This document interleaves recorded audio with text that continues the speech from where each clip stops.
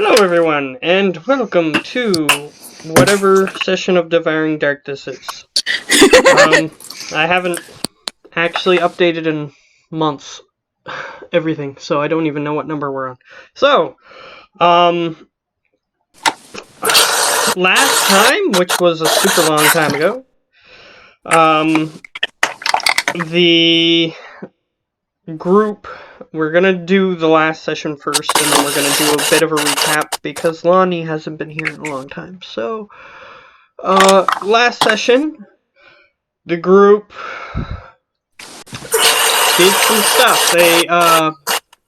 Most of the group managed to sneak forward, whereas Zaraskan, which is the new paladin,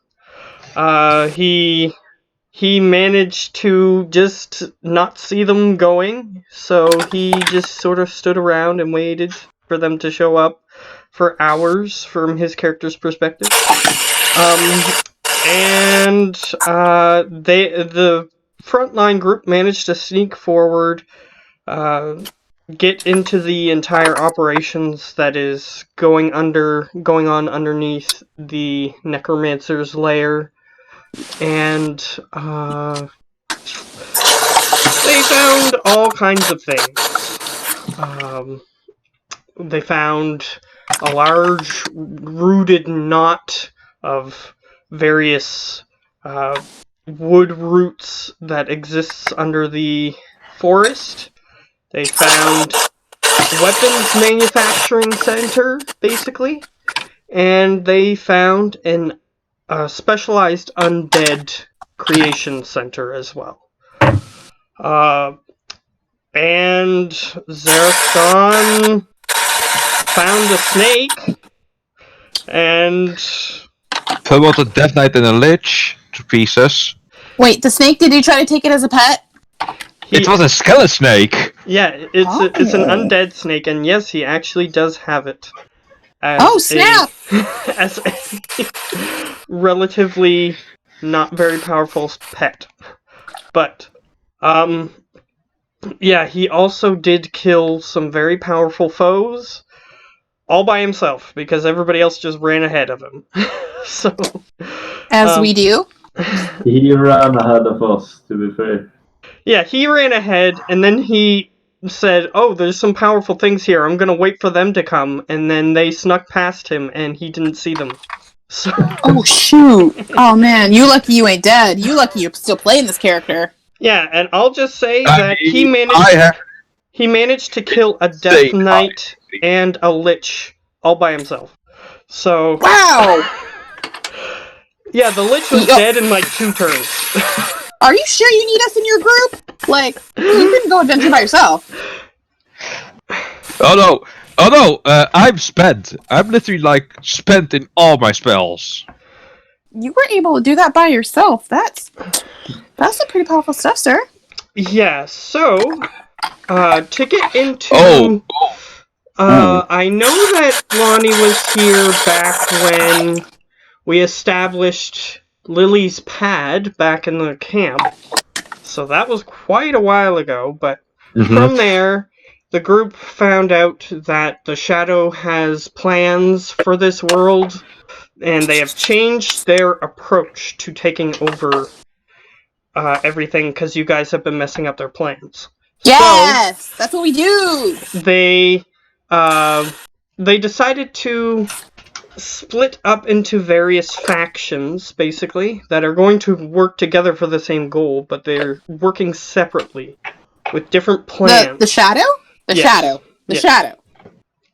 And they have shown you this through visions.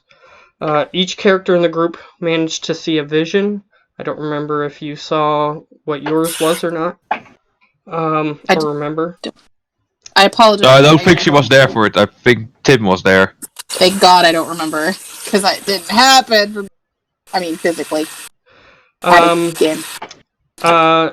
Your character, you saw that the Spanish guy and the weird thing that attacked the airship when you and Erosan went on your adventures. You saw those two things, and those two entities interacting with each other. And you saw that people were attempting to take over the halfling hamlet, which is part of why your character is no longer with the main group. But you guys decided to travel south to see what you could do to fix this, and you guys encountered the Ship of Madness, which went That's over. what it is. One of the things, yes. You managed to encounter a water-bound ship that has green clouds over it and was causing havoc. And it was chasing one of your other ships, which is why you guys decided to go there. And as a result, I'll say a god of sorts showed up, and with some quick thinking from Howler and the rest of the group, Always Howler. you guys managed to. He was hidden inside the body of a dead beholder, and he got floated Who up. I killed by Yes, myself. he killed by himself. Howler killed the beholder by himself because the beholder was under some sort of magical madness that caused Howler to be able to trick the beholder into thinking he was a barrel.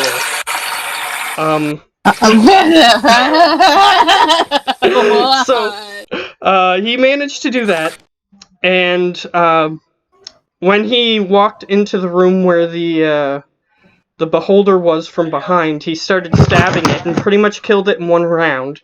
However, it was still alive, and it just was surprised that a barrel was somehow hurting it in this way, and then it got killed. So, it was relatively amusing. However, the god came down because his plans with this ship were being disrupted, and he wasn't sure what was going on.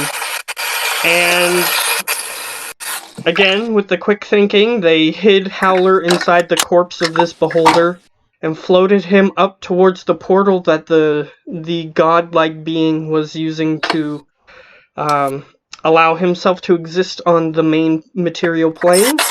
And he closed it with his anti-magic orb, which, while it was closing, the avatar tried to hurriedly climb up through the portal and got sheared in half.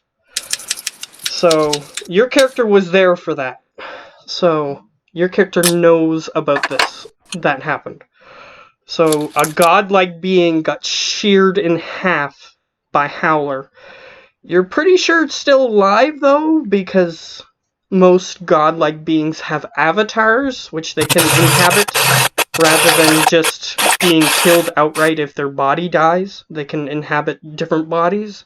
So you're sure it's still existent, but it's very heavily damaged and is not going to be around for a while, at least.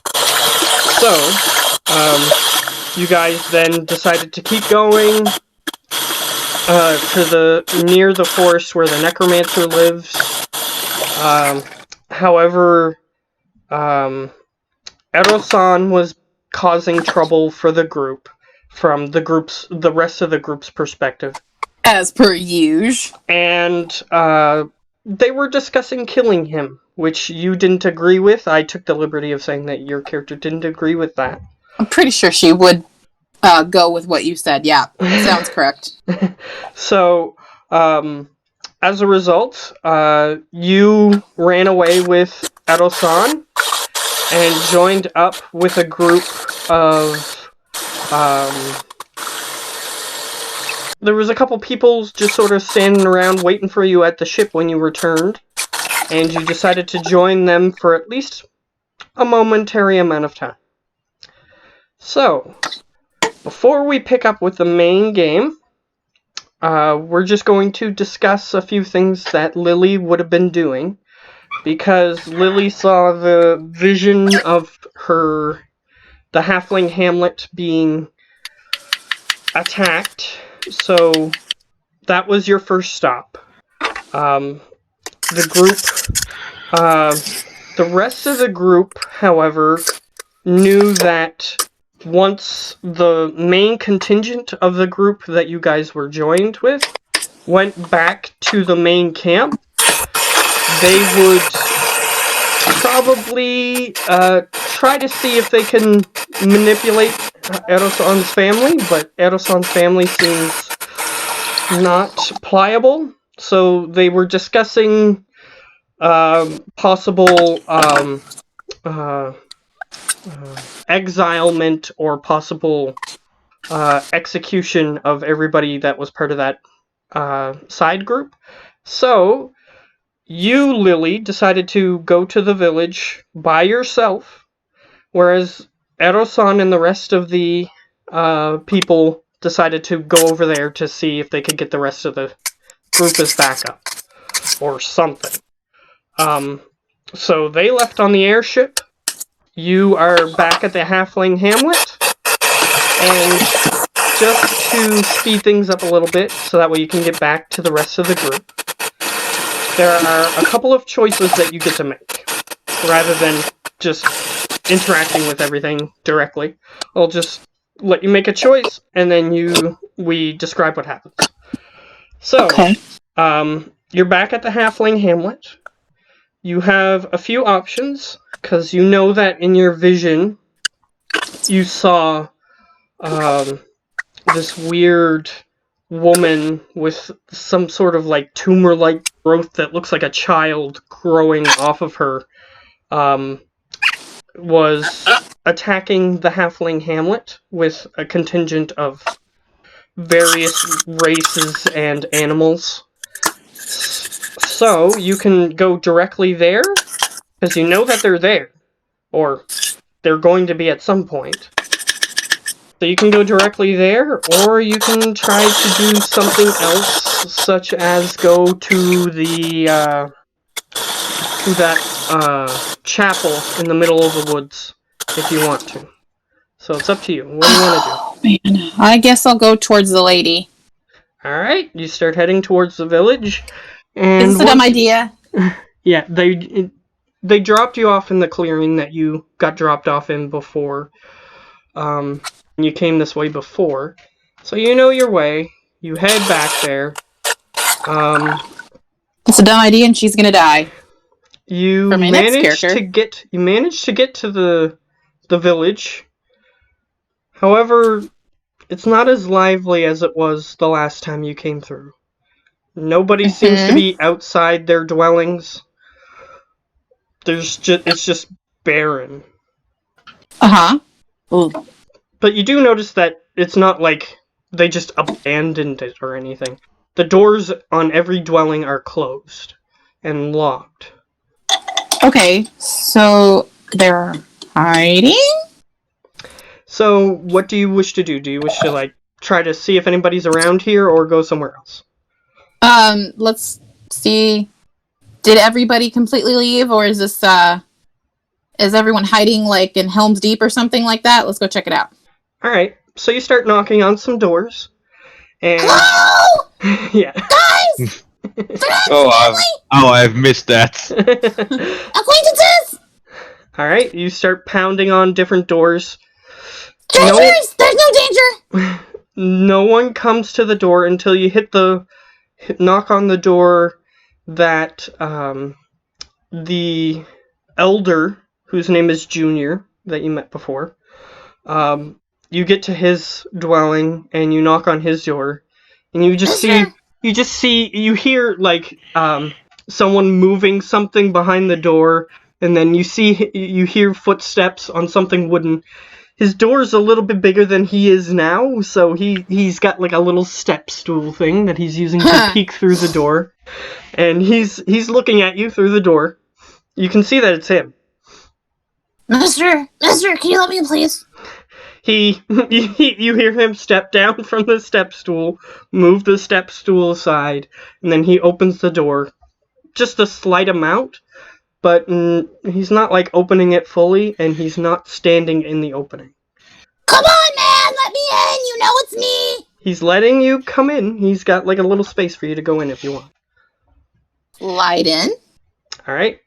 He closes the door quickly. He starts latching all of these locks that you know halflings. They don't like locking their dwellings usually at all. Like they'll just have no locks on their doors, and if like thieves come through, they'll usually let them come in and try to baffle them with kindness, sort of thing. Yeah. With hospitality, rather than saying, no, don't come in here, you can't steal my stuff, that sort of thing.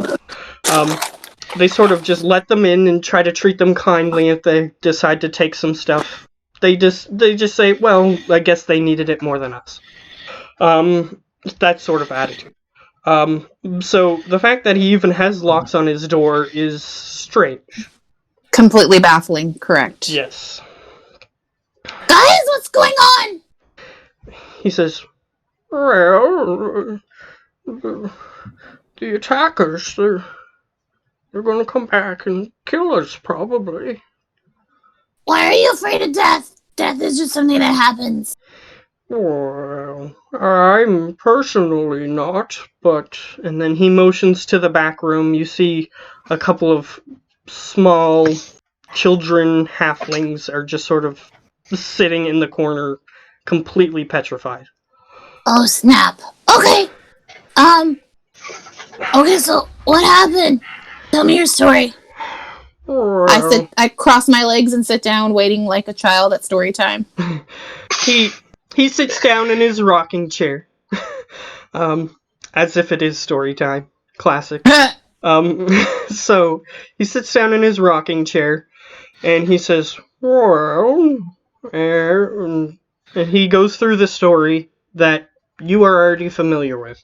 The weird woman that brought a bunch of people here to kidnap some of the... they said specifically that they wanted the strongest warriors, or whatever classification they have, like the strongest people in the village, to be taken. They wanted to take them prisoner. So I point and laugh at the guy.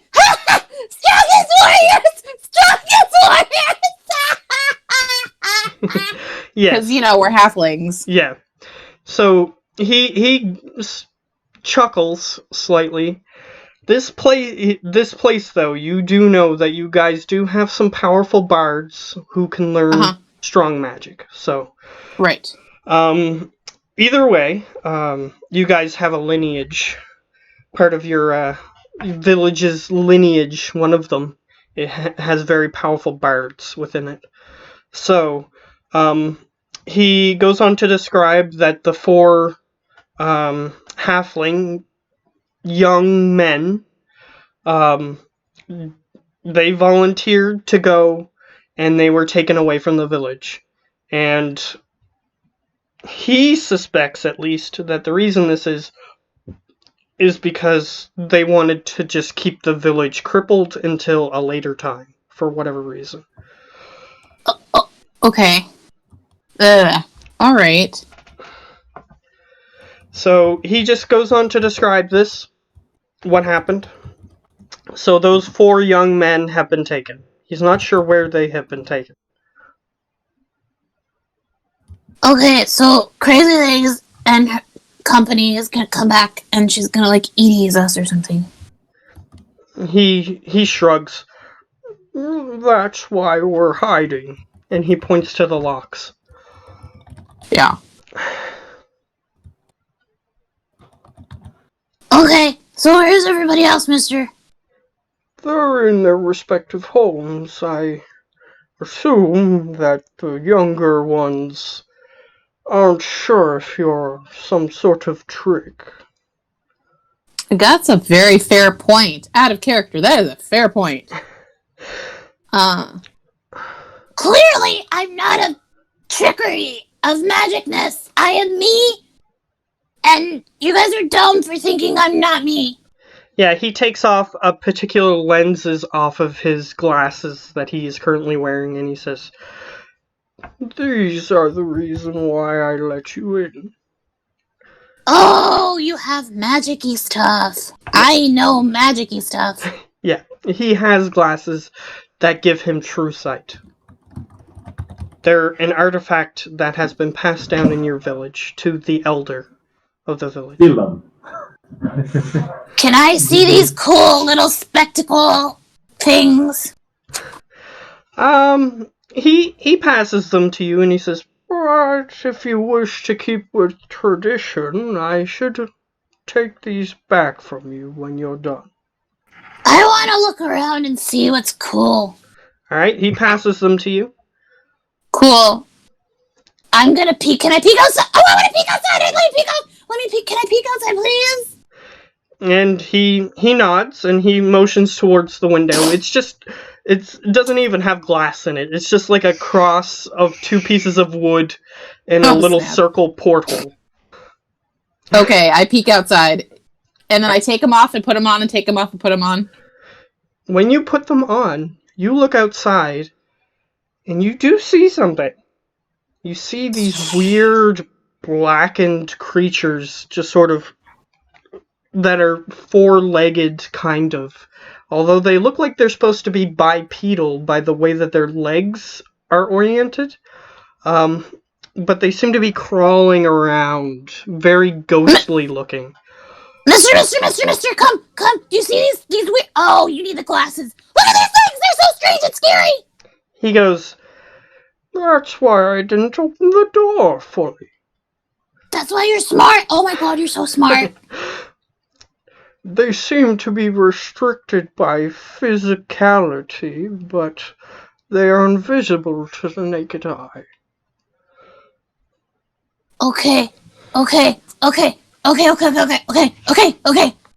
Can I... This is a dumb plan.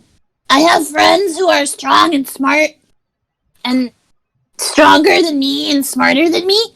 Can I borrow your glasses so I don't get attacked by these guys? And then I'll bring them back. I promise. No stealies. Alright, make a persuasion check, because these are pretty much the only thing keeping this village safe right now. I can't do a perception. I'm not at my computer yet. Or persuasion. Okay, I'll roll that for you. Okay, I will. Okay, go ahead. I will roll. Roll 20, sir. Roll a 20. Well, you better hope it might be 20. It is 11. Damn. He says, "But then how will we know when it's safe to scavenge for food?" Yeah, he's 100% correct. Okay, how was I going outside and they weren't, like, eating me? They think they're going unnoticed, so perhaps they thought it would be smarter to allow you to live for now. That's really smart of them. I wish I would have thought of that smartness. Yeah, so they're not visible. So maybe when you were walking around and screaming, they were just moving just barely out of your out of your way, so that way they weren't being bumped into. But that's what he thinks. Okay. How do you know? I don't know why I'm whispering, but I'm whispering. When did these crazies come? I'm not really scared, I'm just super curious. Well, they showed up after that weird queen thing showed up. What do they eat? I don't really know. I haven't been keeping watch on them all day, every day. I would. They're fascinating. Do they sleep? They seem to go away at night. Do they poop? Well, if they do, I haven't seen any. Okay, because like I don't. Would ask that. I don't want to step in their stuff. Okay, So they go away at night, and that's when everyone comes out and like gets foods and stuff. Yes, for now. Till we figure out a way of dealing with them. Can I touch them? They do seem to be blocked by our houses, which is why we remain inside. Super smart. I'm not that smart. I'd go outside and try to ride one. I really would. He goes on to describe that they can't, like, as soon as something physical gets in their way, it seems like it blocks them. So, like, it doesn't matter how small or thin this thing is that gets in their way. As long as it has some sort of, like, physical cohesion, not like air, which has molecules in it, that doesn't block them. But as long as it's, like, even a piece of paper, he goes on to describe, somehow got in its way. Okay, so then if I wear only clothes, they can't touch me. Magic. As long as you don't have, like... And he points to your head. Your character doesn't have a helmet. Ah, yes, my character does not have a helmet. So Neat. they can just sort of, like, grab your head if they wanted to. Okay, do you have any extra hats or biggins or hoods or something? Buckets. He motions towards the bucket that they use for the bathroom. Oh no, but- not a chamber pot. No. And he also motions to their cooking pot. So you have two choices if you want to take one. Oh, but then they'll have to. That's terrible. Yeah, exactly. They only have two Oh. things. At least in this dwelling. You could try to break into one of the other ones, but they're not going to let you in. Because they don't have the lenses of true sight. Okay, I will just exist as is, I guess. Alright. He That's also not fun. mentions they can still pick you up even if you have armor. It's just that they can't harm you. So then, if I have a hat on, they can still pick me up and like Edie's my hands and Edie's my face? As long as they're exposed, yes. As long as they have a direct path to get to them. I'm gonna Edie's their face first. Well, I'm not going to say do not try, but if they kill you, then our village is probably doomed. Okay, so what happens if they actually touch a person? Have they touched anyone? Do they Edie's their face too? He says, we buried the last person they touched. What happened? I mean, out of character, in character. What happened? Hold on, let me sit down. So she sits down, crosses her legs, and like, yeah. He goes Ready for on more to story describe time. that basically their life essence appeared to be drained from them. They look like a mummified corpse when they got to the person. Ah, Okay. Hmm. either life drain or something Yeah, like that. yeah. It's touch based. Very, your character is quite familiar with this effect due to being trained in how to kill undead creatures, because a lot of them tend to do that sort of thing. But this doesn't sound like a ghost, because ghosts can just go through solid objects. Right. So you don't know. All right. You don't know what it is. Some special homebrew thing. Yes. Okay. Alright, well I need to go and like kill things and eat breakfast and not I don't know, I'm He tired. says, I could spare you something, but it would carve into my rations for the day. Because, and then he looks over at the children, I'm not going to cut into their rations. You're of noble nobleness. He nods. Plus, I am getting near the end of my days, understand? Well, just because it's the end of the day doesn't mean that you have to not eat. He just nods and pats you on the head for your innocence. Why do people always do that to me?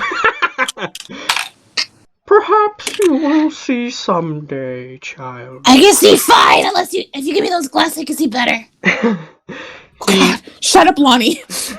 he has the glasses now, so he's not gonna let you walk out with them because you didn't persuade him, unfortunately. True story. Too bad it wasn't a better role. And those are really useful. That's a really useful artifact too.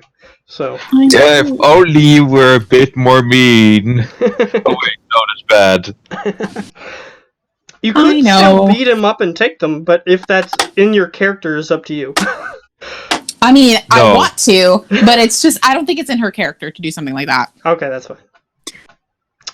She's not mean. Perhaps if you ask Arison, he could make some for you. I mean, he can. That's It would take him some time, but he could.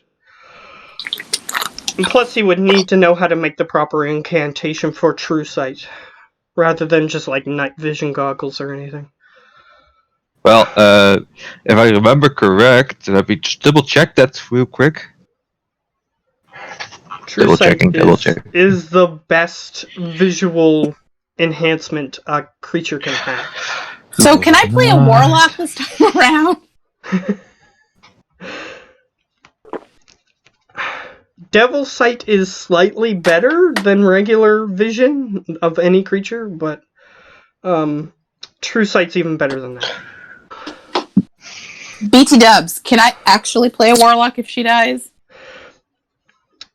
I don't have a class restriction, if that's what you mean. Let's see. What's Tim actually playing? He's playing a wizard. A wizard? I mean, Not a warlock? No. He's a wizard, yeah, Harry. he's a wizard. Huh. Oh, you Actually, a went there. wizard. Okay. I love that. Yeah, he has to write spells in his spellbook. If he finds a scroll, pretty much any scroll except for, like, scrolls that are meant specifically for, like, clerics and stuff like that, he can Or pretty much write paladins. any spell. Aha! But you guys He's- haven't found many spell scrolls yet, so Mhm. he hasn't been able to get them. So, and unlike in past editions, you don't have a failure chance each time you try to write a scroll. So, Oh, Which shoot. is nice. I forgot that was a thing. yeah, in older editions, you can fail if you try to copy a scroll, and then the scroll just vanishes. That's right. I Because forgot fuck about you, you that. failed. Yeah, exactly. It depends on how high of a level your character is and different things could like always- that. You could always be mean and homebrew that. Well, I'm not going to. It just takes a sufficient amount of magical inks and paper and stuff. Yeah, it's a lot of money and a lot of time. Yeah. Now you need gold and time and money to do so. And ink. So, he tells you about how the creatures who are touched by these things are withered away. They Touch, have like to by touch an angel? They have to touch you on open skin, however. If, like he said before, if you have like clothes or something in the way, it blocks them. If it's anything that's dead, so like dead, like cotton, that's been picked off the plant, it doesn't wither that. It only withers things that are already still living. Okay, So it you has know to be what? like What you know what means that means? Time for a snowsuit. so like it has to be an organic compound that's alive. Yes. As long as it's a Alright. living thing, like even certain plants nearby, they have been just grabbing, which is making it harder for them to find food as well. Yeah, that's why they also can't Oh! just wither away the door and such. Yeah, because the door Okay, isn't okay. a living thing, so... All right. This just makes matters complicated. Which, your character, from understanding how undead work, this might be what they feed on. This might be what is sustaining them. is this life essence, which is why they actually desire to go after things and kill them. Right. Okay. Shoot. All right. Well, are you still down to play Arasan, Gio? Sure. But I also like this new character because, well, Elson is literally just not going back to the group. He's like, no, they want me dead. I don't like that. Which is smart of your character to stay away. Yeah, they did discuss possibly killing him, to be fair. They weren't like, yeah, he needs to die. They were like, he keeps getting in our way. Perhaps one of the things we should do is just kill him. And they came very close to killing him once. So. Jeez. Oh, Arasan ain't gonna go back. Yeah. Yeah, Elson's not going back until there's an army of DTs. DTs. Doties. With DTs, Lily will miss DT. It was her best friend. He's back! And he had an upgrade before he had to leave. Yeah, a big, bad upgrade. DT is now DT 2.0. Yeah. So, wow. What are you going to do? You have a couple of leads that your character can go on before we move on to try to get you back to where the main group is. I will say this. Elson is going to come back with his family's group to keep them safe from, well, the main group. Yeah, he said he planned on coming back to help you, but that might take a week or two or more for him to come back. Yeah. All right. Dude, I don't know. There's so much. Yeah, you're getting hit with a lot of information, which is why I'm willing to help you. You do have the lead that they left with those 4 men. You could try to pursue that. You could try to pursue whatever is keeping these creatures here. Might be the shadow, but if it were the shadow, you would think that they might have some sort of visible spectrum to them because of how the shadow works. Right. But you can try to investigate that. You have at least those 2 avenues. Oh, I totally want to see what these things are. I don't know what I think. What would Lily do? WWLD. Okay. That was weird. I lost connection for a second. Okay. Do it. Make sure your recording is going then, still. It said that it disconnected and then reconnected immediately after, so it's fine. Okay. You decide to stick around. Do you want to go out while those creatures are still there, or do you want to do something else? Or wait till night, or something like that? Persuasion, if somebody could roll it for me. Mister! Can I please borrow your extra eyes and go outside and see what these beastie guys are doing? Wait, first I need to cover up. Put all your clothes on me! The Lily tactic! Madness! There is a pile of, it's not put into any particular orientation. It's just a pile of cloth that's just sort of sitting in the corner of this dwelling. Hold on a second. I'll be right back. Okay. Well, on to the main group then for a moment. All right. Okay. Go ahead. I told you it was going to be really fast. I was getting checked on to wonder what all the screams were about. Who checked on you? Tim. He still hasn't gotten used to. Oh god. Okay. So, yes. Roll a persuasion because these are valuable spectacles. Okay. Can somebody roll persuasion for me, please? And thank you. I will try again to see if I can get a better number with you. Forgive me if it's bad again. Oh noes! Let's see what happens. Persuasion. Natural Net 20. 20? So Oh my god! he says, as long as you bring them back, I trust you. Of course I'm gonna bring them back. And he passes them to you. And the way that these glasses are oriented, these spectacles, they look like they're meant to clip onto almost, like, you know, those plastic sunglasses that you can put over your regular glasses? Yeah, clip. Oh god, the ones that old people wear? Yes. That's what they're very small and round, but they have like the little things that you're meant to clip onto your other glasses. So you're just gonna have to hold them. They don't have like things to put on your ears or anything. Well, now I feel old, Lolly. Thank you. You wear them? Yes. Oh, the clips, not the big sunglasses. Never mind.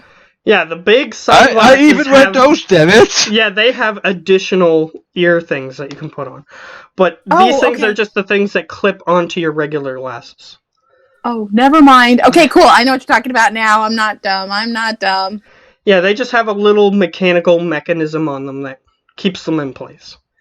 That you Okay, can all right. move on and off. So. All right. Because it seems like the elders of the halflings always wear glasses for some reason. One reason or another. Smart. It's something that you noticed before, but now you have a better idea why.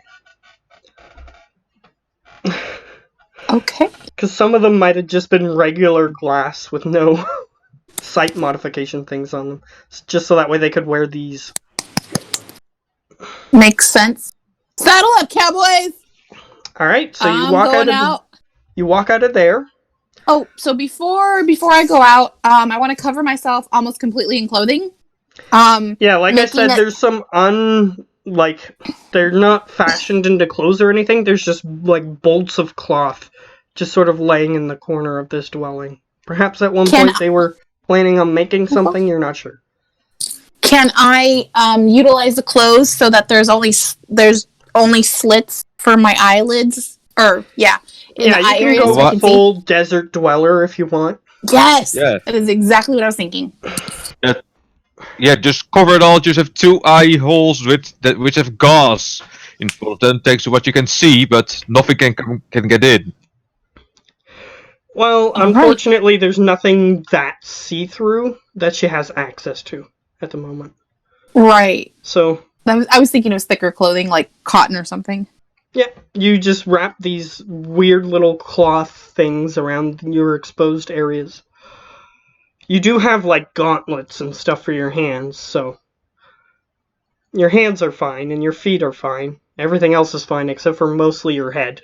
So you just sort of get, like, this weird, like, bandana type thing above, and this weird bandana thing type thing below.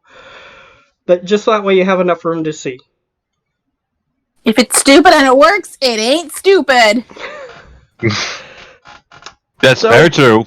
You walk outside, and Yes, with the this glove, yes. time, as you walk outside, perhaps they were hoping that you would just pass by, but when you went inside one of the dwellings, it seems like they don't like you anymore.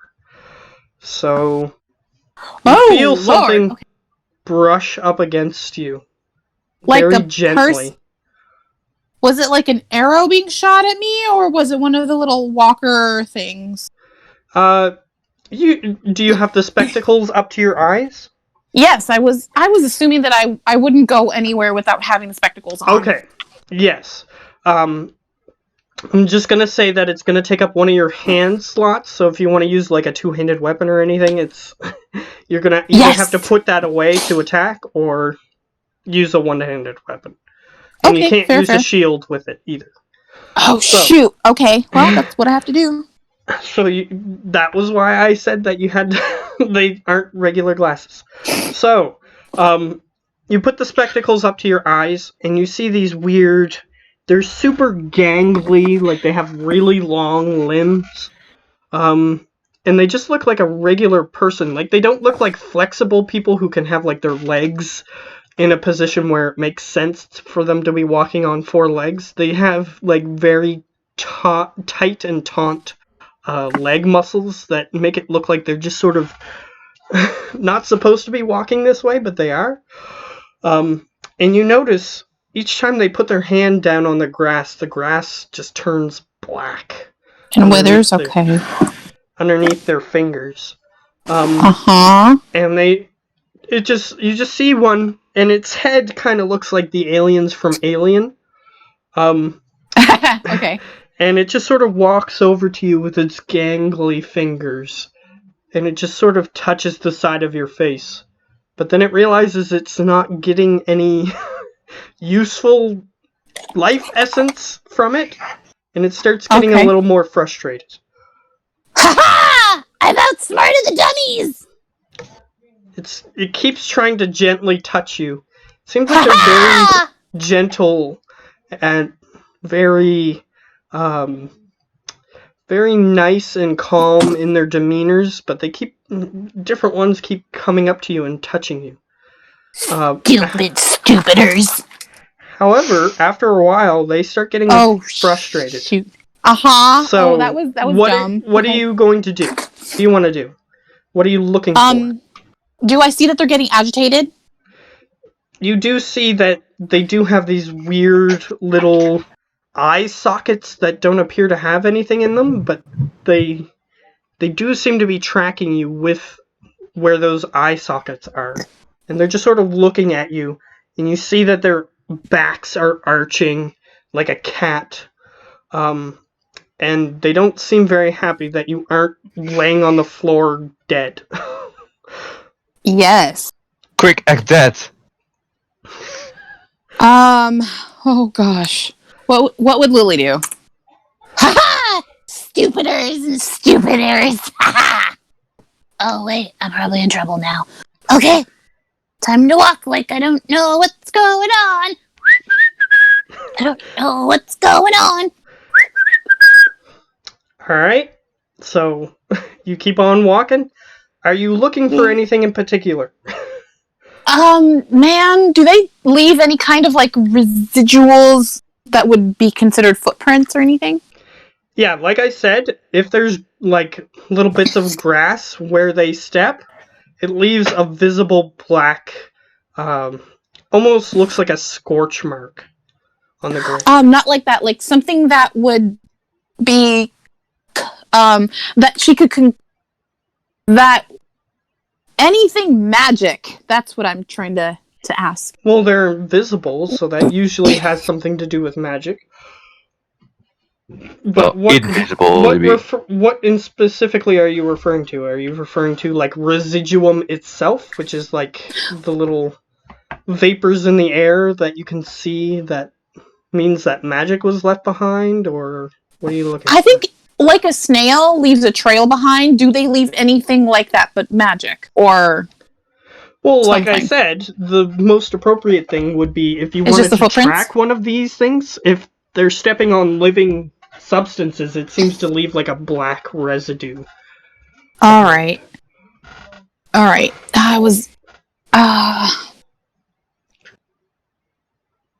don't know, because I would have assumed that with all the walking they're doing, they have pretty much destroyed everything around here. In this main thoroughfare, there used to be like little bits of grass growing around. All that's gone.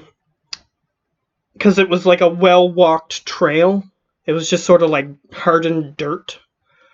In this particular area that you're in. But you could look around to see if they left a trail coming from somewhere else, if you want. Yeah, I was trying to figure out, like, have they come from somewhere? Do they all, like, go into a chicken coop at the end of the night? Something like that. Okay. I'll get you to make a survival check. Can somebody do a survival check for me, please, and thank you? Okay, I'm busy with that. Give me a sec. Survival check. Oh boy, that's a +0. And you 5. get a 5! Of You start course, walking around this particular area, and you don't find the trail to where they hide at night. However, Alright, they damn. do seem agitated now, much more visibly agitated. I'm gonna die. I'm gonna die. I'm gonna die. All right.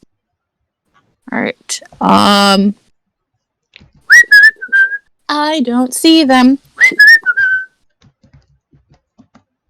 Whoops. Okay. Well, I guess I should.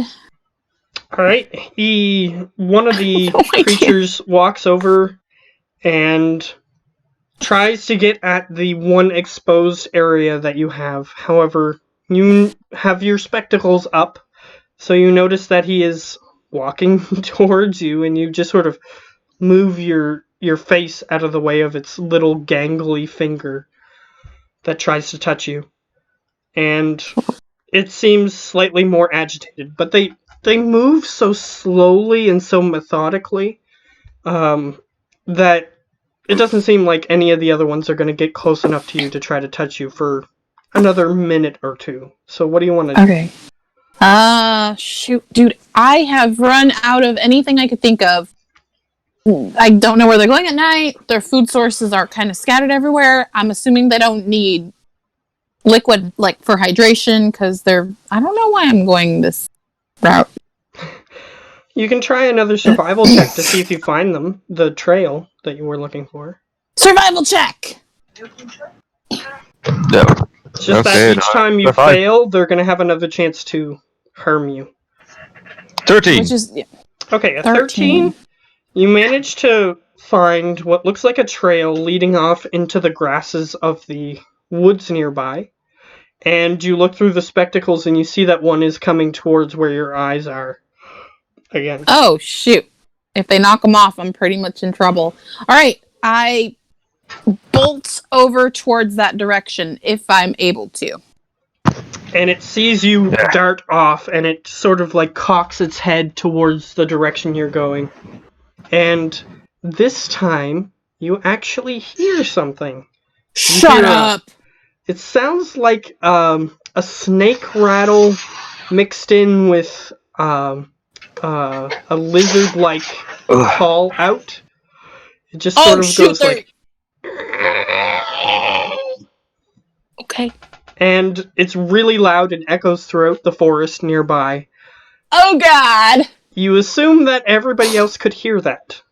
Sounds like perhaps it's them trying to signal other things nearby. I know! Oh, God! Okay. So you start following this trail. Alright. And I'll say that since you succeeded, you managed to find a very obvious section of grass that is just completely black. And it's perfectly circular. It's about 50 feet by... No, it's 50 feet from the center to the edge of the circle. So it's about 100 feet across.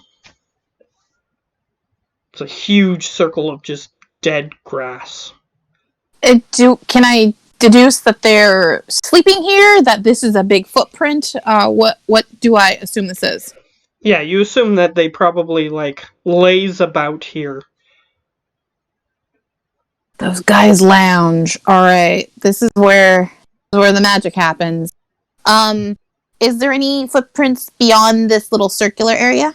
Is it a little circular area or is it huge? Well, like I said, it's 100 feet from one side to the other side of this circle. Dude, I must have missed that. Okay, yeah, that's not even small. You saw about 6 or 7 of them just in the town's vicinity. Oh, I should have asked the guy how many there are. I didn't. Opportunity passed. So I know. You do see that they perhaps have little sentry stations around this thing. when they're actually resting, because there's like little circles outside that look like they could perhaps fit the buttocks of one of these creatures. These things are smart enough to know to stand guard? Apparently. Shoot. Gonna die. Or you could not go after them. I mean, that's a possibility. I know, but this is too juicy to pass up. You could wait the 2 weeks for reinforcements. I mean, possible. As a person, yes, that would be the best idea. To just wait to watch them. But this is Lily. But Lily's way too expensive.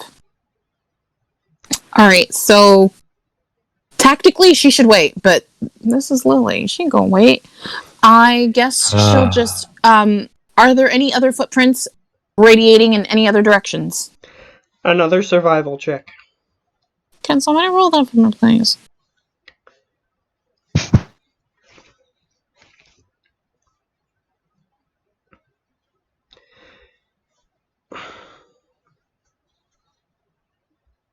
Did it come up? I had to restart my computer because I haven't restarted it in a while. So it's taking forever. My apologies. No worries. Geo can roll for you again, if he Yeah. wants. What do I need to roll? Survival. Again. A lot of survival checks, you know. I know, I'm not great at it either. 5! 5. Dang. Yeah, you don't find anything within 5 or 10 minutes, which is when you decide to look through your spectacles again, and you see that they're coming from the direction that you just came from, and they're headed towards you.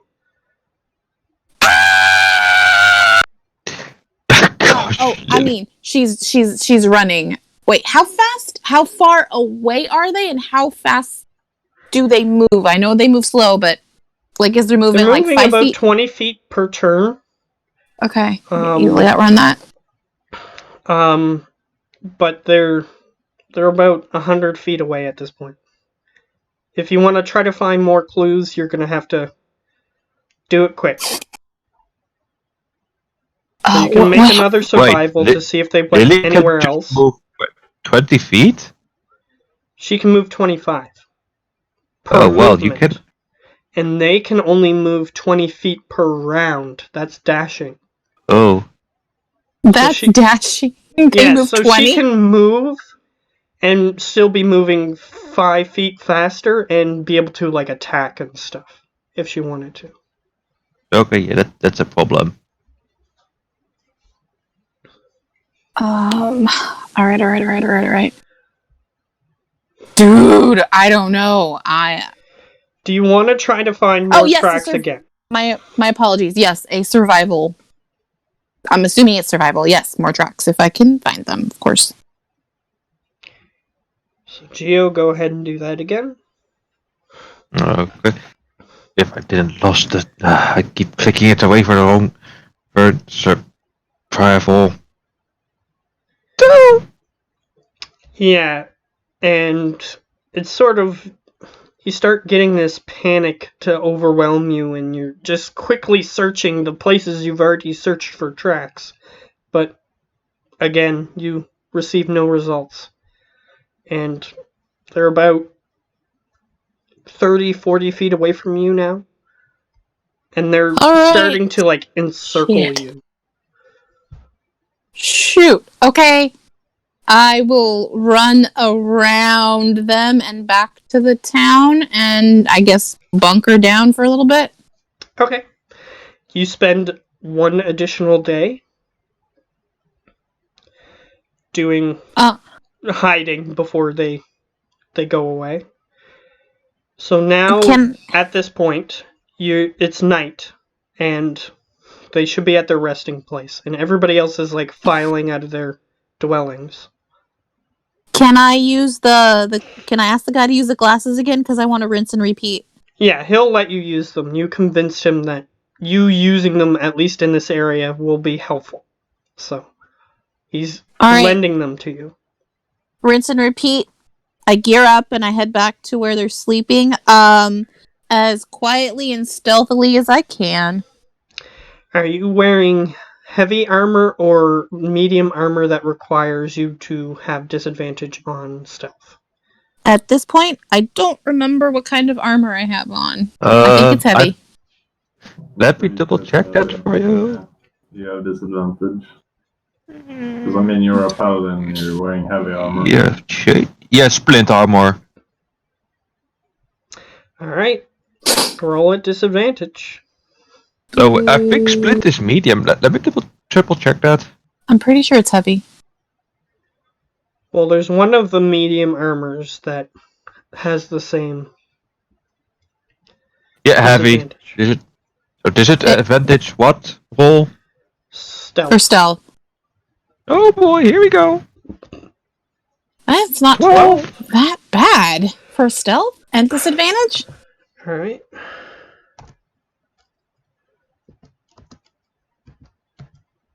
Alright, I got roll 20 going, so Whoops. we're golden now.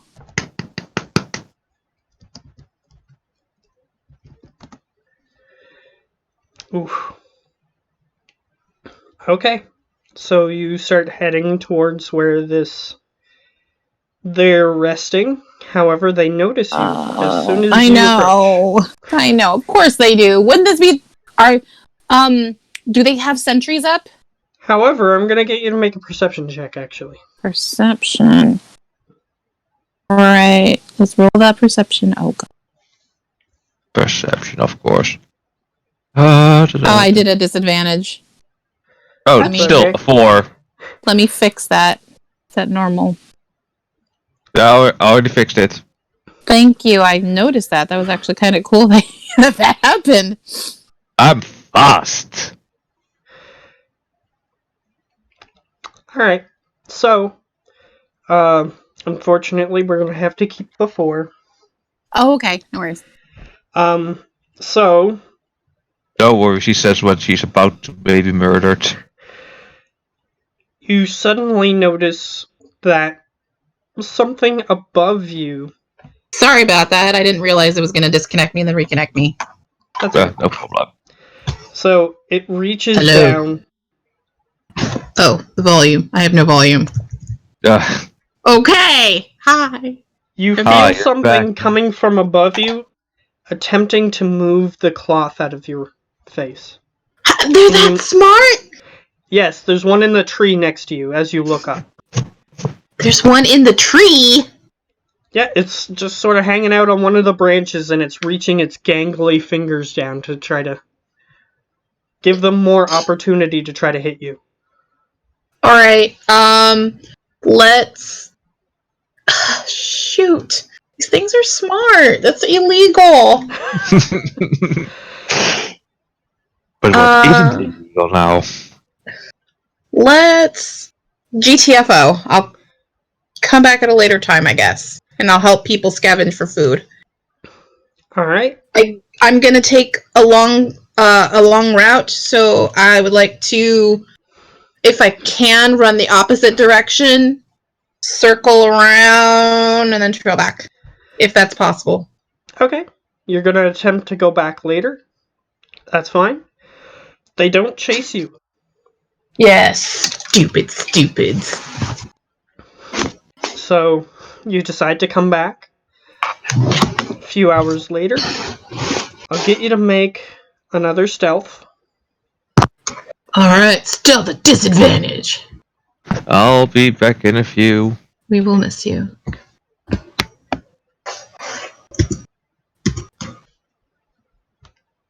That's not that bad. Could be worse.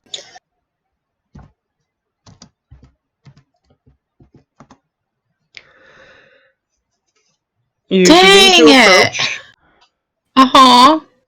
and you notice again. This time you're prepared for it, however. You see one of them sort of tracking you with its head, and it reaches down as you begin to approach to try to do the same thing the other one was doing. It's going to try to move the cloth out of your face so that way the other ones can try to grab your face.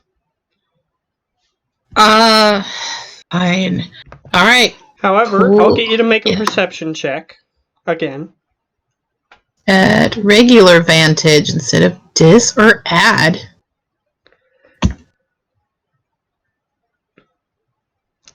How mediocre. Alright. This time, you see one of them hopping from tree to tree further away. Are they super agile, or they're still, like, clumsy and slow? They aren't clumsy, they're just slow. And it appears that physics has a different effect on them, which is why they move so slowly, perhaps? Because when they're jumping from tree to tree, you expect a certain amount of speed due to gravity. Well, it moves slowly and wisp-like through the air as it leaps from tree to tree. Okay. Alright.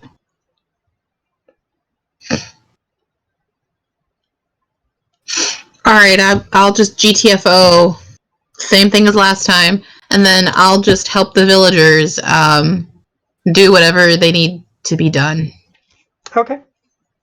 They ask you to go to one of the remaining fruit trees that's left, and it looks like that particular one of them remaining fruit trees. There's a couple more.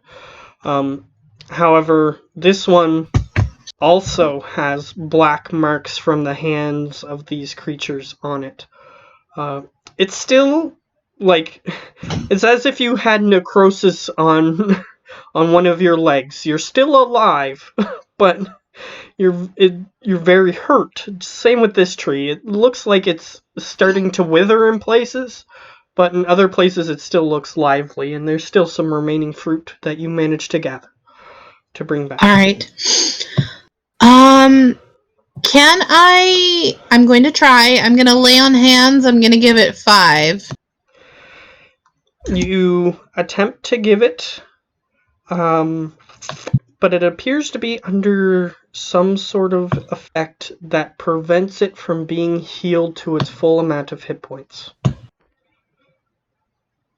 Okay. Okay.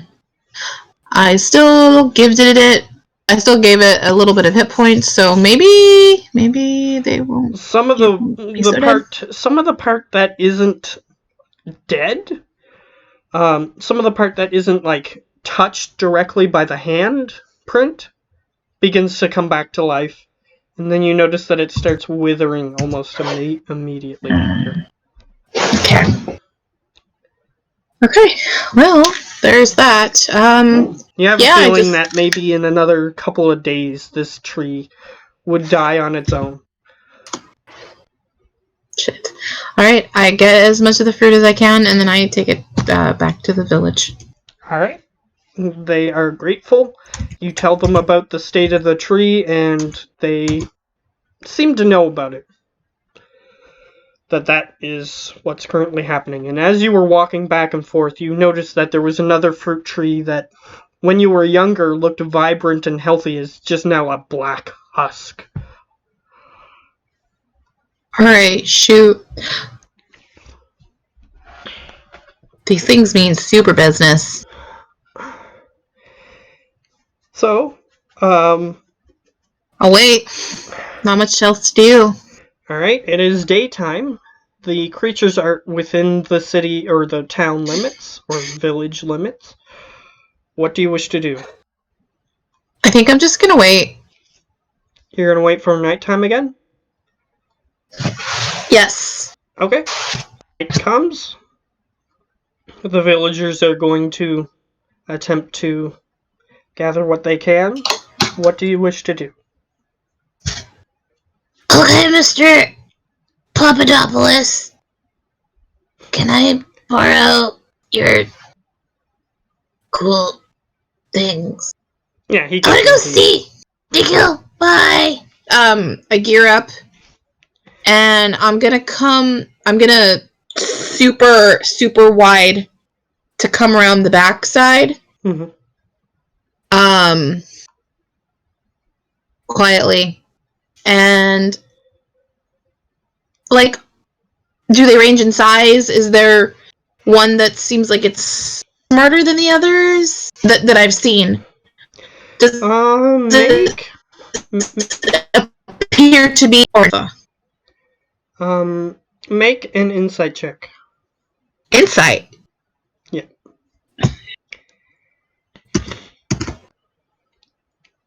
hit it. Why aren't you going? There we go. Wow. Nice. Yay! Okay. It seems like, for the information you're looking for, there is one that is slightly bigger than the others. However, it doesn't seem like they have a traditional, like, animal, like pups or anything that would be equivalent for these creatures. It just seems like they exist. They come from something somewhere, and they look like this almost instantly after they're created, probably. Because they all look pretty much the same, but there is one that is slightly bigger than the other ones. All right.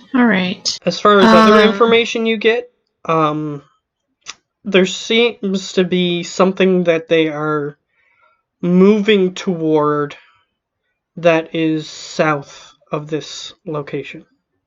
Because you noticed earlier that the trees were blackened and that one thing was leaping southward. Well, she's just gonna skip on over there. Okay, I will go check it out.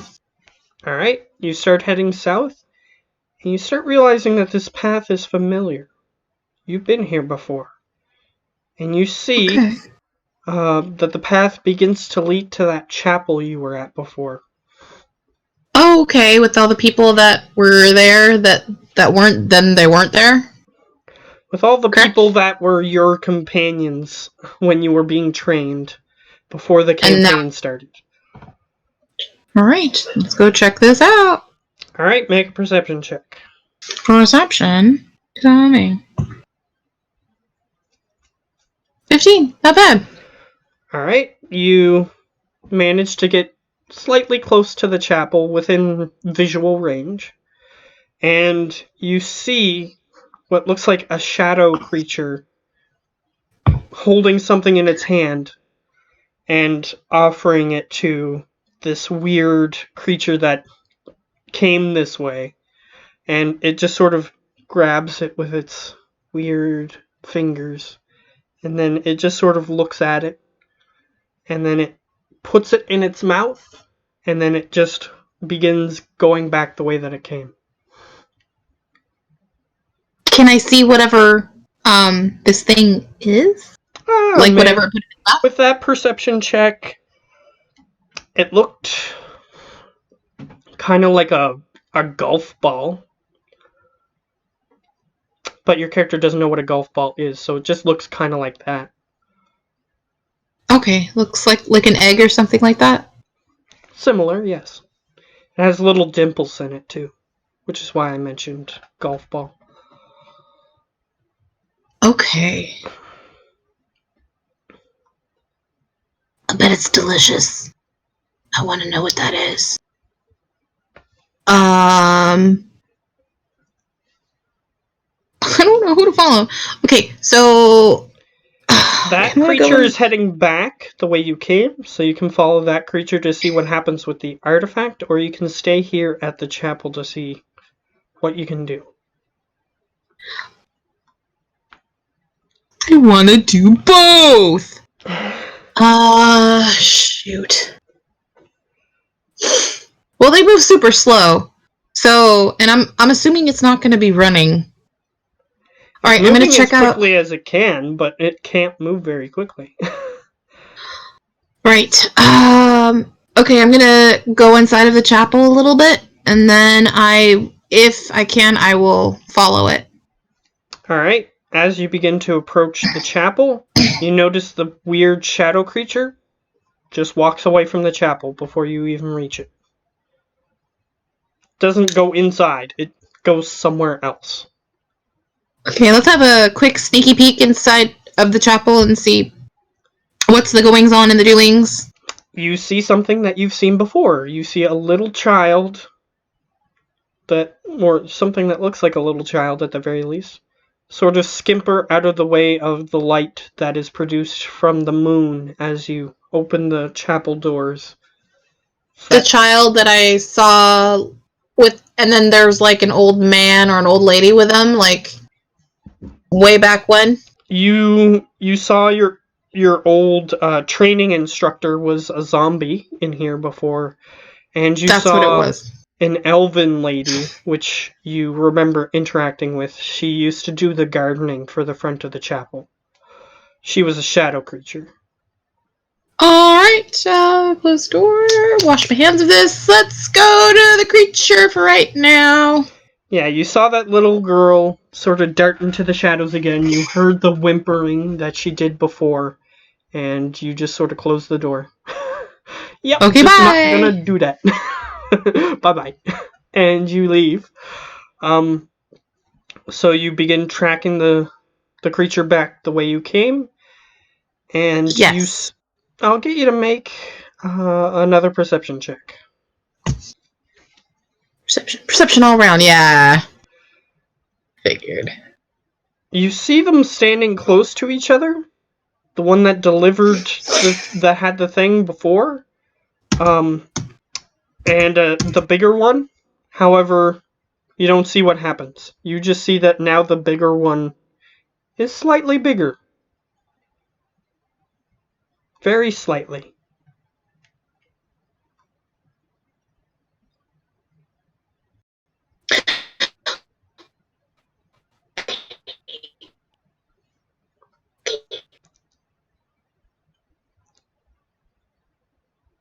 You're kind of lagging out for me, at least.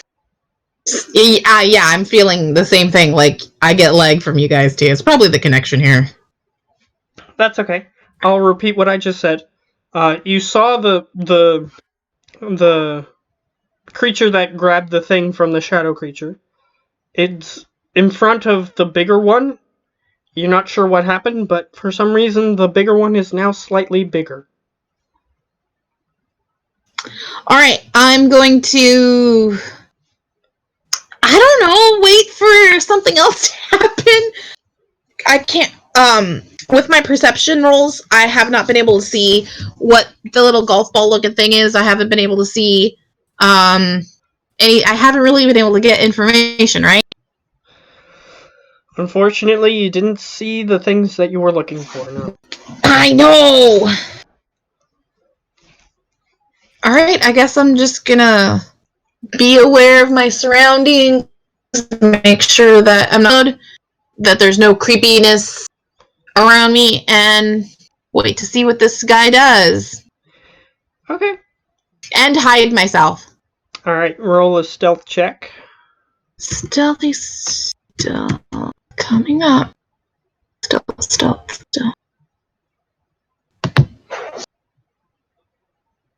I needed that at disadvantage, correct? Yeah. So roll another one for me.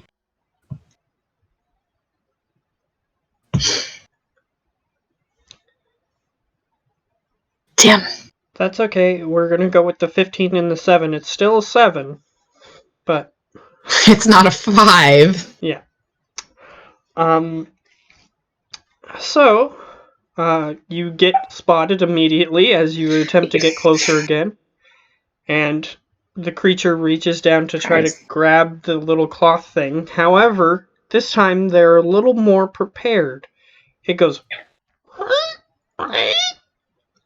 and one of the other ones begins coming towards you and is going to try to touch your eyes.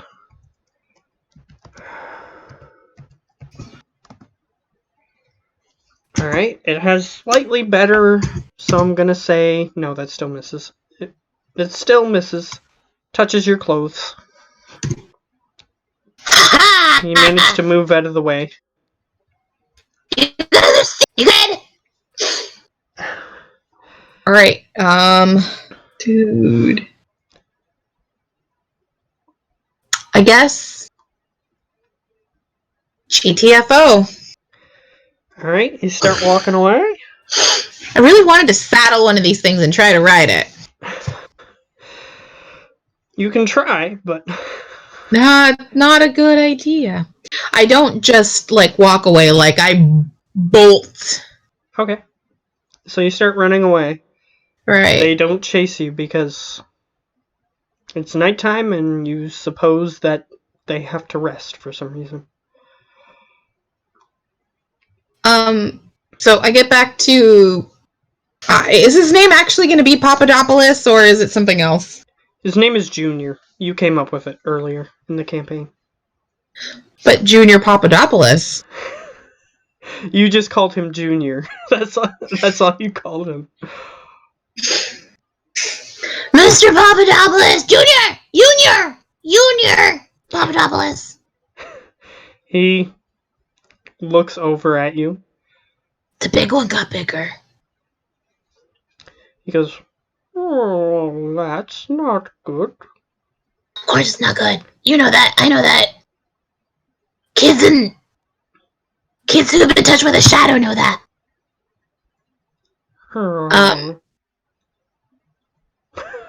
You know, I should ask him. I should just questions for him. Questions.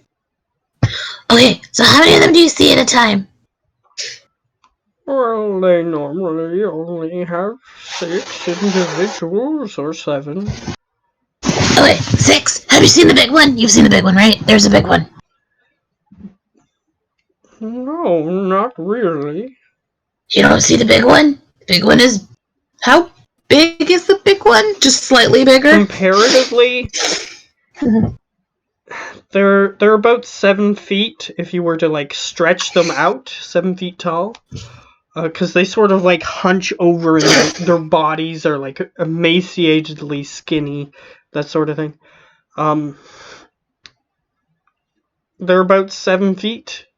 This one is about 8 or 9, so it isn't that much bigger. But that's still significant height difference. Yeah, How they're big all is hunched over, so might be hard for him to tell. Maybe he just didn't notice. it? Okay, that's fair. How big is the bigger one now? Like, if it was 9 feet, it's now 9 feet and 6 inches? Maybe 9 feet and 9 feet and 1/2 inches. Oh yeah, that's not a big. That's not a big difference. Okay. He got bigger! He got bigger! Like, I know. It's scary. I don't know. What else do you see them doing? Like, do they tap dance? Well, if they do, I haven't seen it. It must be magic sometimes. They must tap dance. How else do they... I wouldn't know. How else do they entertain themselves? I don't know.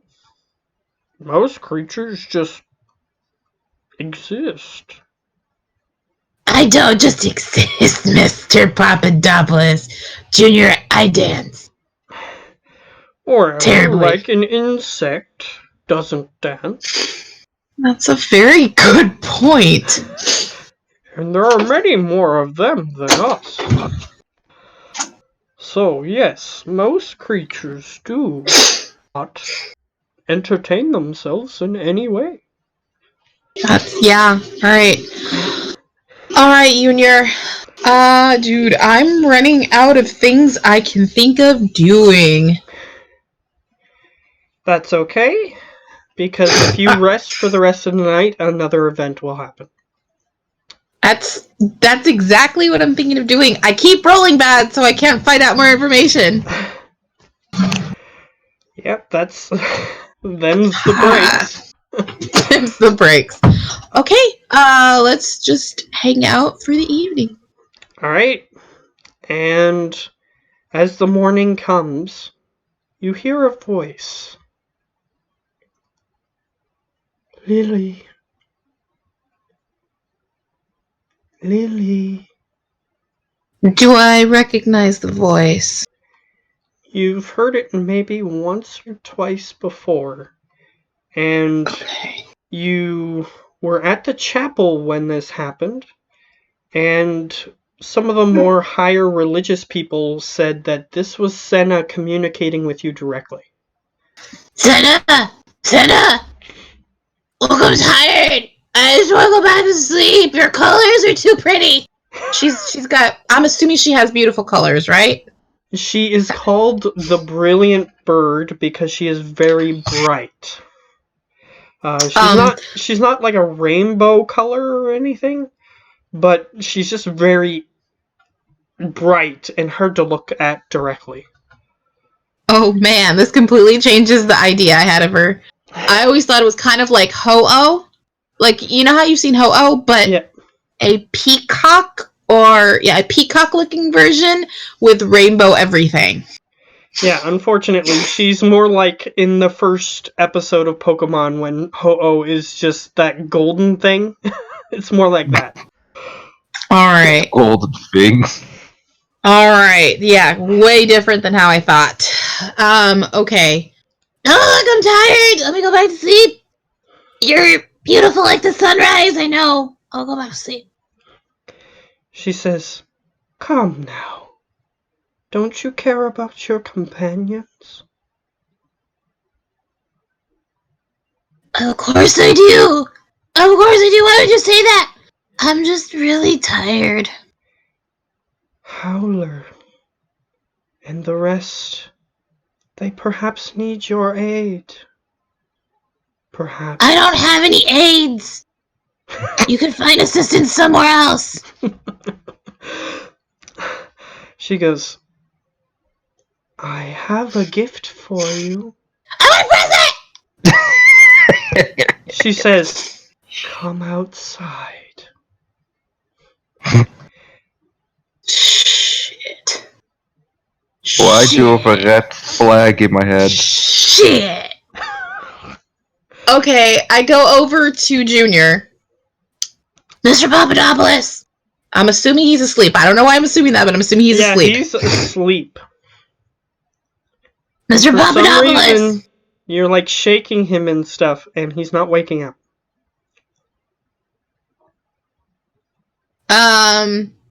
I check to see if he's breathing. Is he breathing? Oh, yeah. And as you're doing that, the voice says, "He's fine." Okay, I'm just gonna... I take the thing, I gear up. I'll be right out! I'll be right out! I want a present! "Just come outside." I know! I'll be right out! I'll be right out! Okay, so what are you doing? Gearing up and then going outside because it's stupid idea. Alright. You sort of Is this glance where I- out the window and you see something glowing outside. Shut the front door! Okay. You see something glowing outside? Do you wish to go out? Is this gonna be like The Simpsons where he brings me peace and love? You don't know. I go outside because it's the greatest idea ever. I go outside. You see outside, just standing there, looks like a cross between a unicorn and a Pegasus that is golden, pure gold, and it's just sort of standing there, looking at you. I take off the shades and put them up, and I take them off and put them up. Okay, you see the golden thing, and the voice says, "It will take you where you wish to go, to your companions." But I can't leave these people behind. They're my people. The quicker And you I've- deal with this, perhaps quicker you will be able to solve this problem. Ha! I can't leave. I can't take the. Shoot! Alright, before I hop on, I go take them to Junior, and I hop on. Okay. Before you hop on, though, I'll get you to make a religion check. Religion, you better be a good roll. 15? terrible. You know a little bit about gods and goddesses. Even before the shadow came, they have a hard time communicating with people, which is why they don't do it very often. It drains a lot of their power. And with the shadow existing, you assume that that's going to make that even harder. So the fact that Senna is trying to get you to do this, perhaps it's important that you do this. Done. Hopping on. Let's go. All right. The Pegasus unicorn thing just sort Alicorn. of rears back, or a pegacorn. It's an alicorn. That's what they say in the monster manual. Really? Because I've heard people use the term pegacorn before. Anyway, it doesn't matter what it's called. It just sort of rears back, and it makes a the horse thing that I'm very bad at making. And you get blinded by a obtusely bright light when suddenly you are in a dank, dark cavern, and you see ahead of you a group of undead creatures like you've never seen before. Alicorn power! Do you actually yell that? Yes. The undead creatures turn around. They're gone. You remember those undead creatures that were chasing you? Yes, I do. Oh, I'm talking to Zaraskan now. Yes. My bad. Suddenly, they just turn around. Eh. And they're not chasing you anymore. You're, like, in the middle of hiding behind a mushroom. And You're welcome. you hear a voice, and then the undead creatures just sort of turn around and start going the other direction. You're welcome. Curiosity is instantly piqued. Alright. So, since we've been going on that little section for quite a while, we're going to switch over to Howler and the rest of the group. So, since Howler's the only one, what are you doing? We were walking, or we were all stealthing towards the tree. That's Alright. where we left off. Yep. So, how were you going to approach that situation? Let me just. Because you're in the area where they make those weird, goopy, undead things. Yeah. So, Because we how do you didn't, plan to get past that? We didn't cast spells already last time. Not your second round of spells, no. Okay. Let me just find up the stuff. There we go.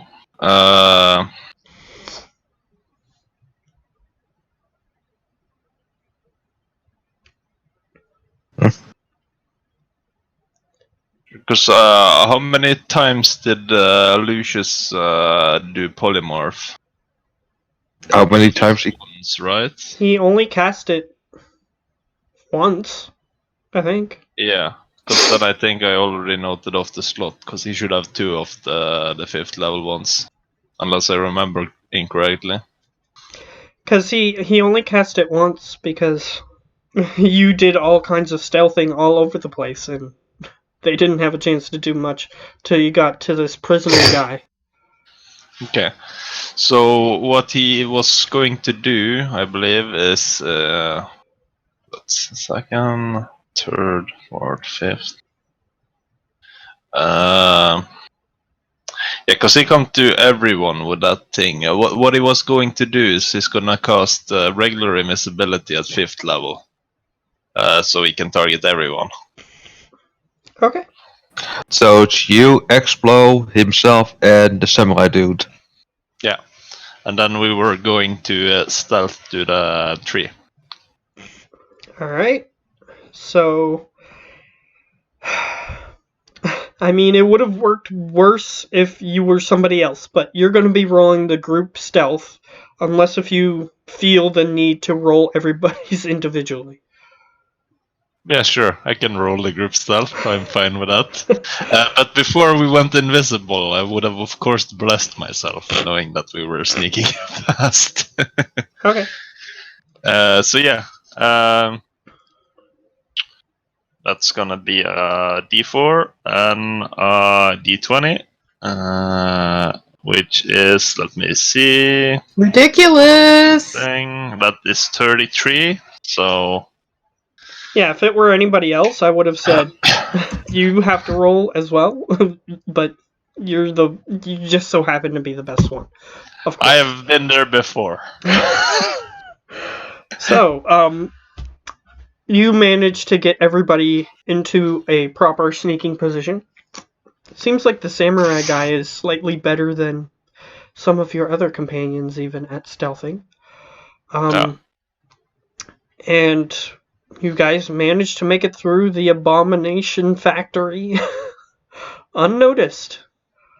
Yeah. However, now you're in the main area, so that's going to require another stealth roll. Okay. However, we know where to go, so it's fine. It's fine. Don't worry. And just so you know, you can't let's use see. guidance on this next one because Yeah, but I can use luck, so I'm gonna do that. So 32. Okay, so you managed to get through the second room. Now you're in a hallway that is heavily trafficked. How do you wish to overcome this challenge? I mean, how large is the hallway? Because I'm It's like assuming there's 10 space feet across. It's 10 feet across. And how large do... Well, we will actually just wait for one of them to go, and we will follow behind them. Like, Okay, that's a decent Just- strategy, so you get... they will clear the way for us. Yeah, you don't basically. have disadvantage or anything, so go ahead. Came up with a decent strategy to get behind them. That's a 27. Okay. You manage to sneak into the main chamber.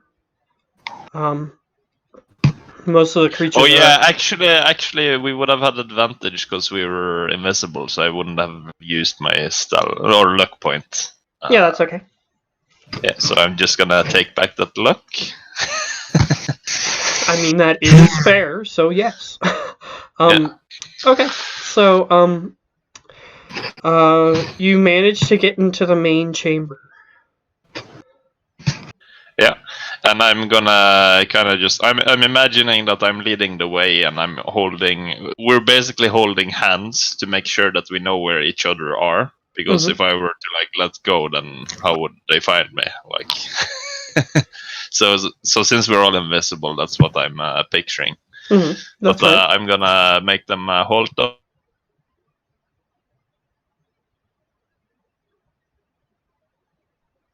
Am I connected? I am not. Mm-hmm. Or am I? I can hear you. So maybe it's him? Discord is having a giggle, that's at least for sure. So I forgot I was muted, but I said I could hear you.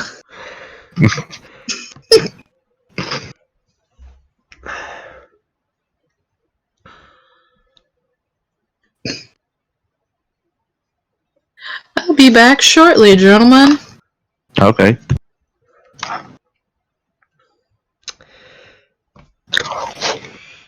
Yeah, he might have just got disconnected or something.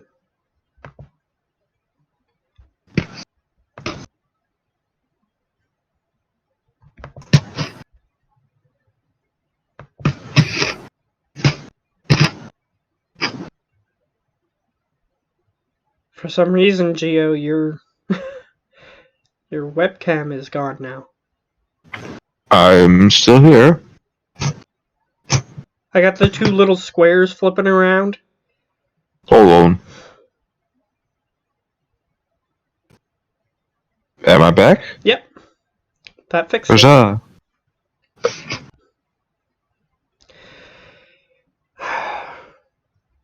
Well, now 2 people are not here that I need here for anything to continue.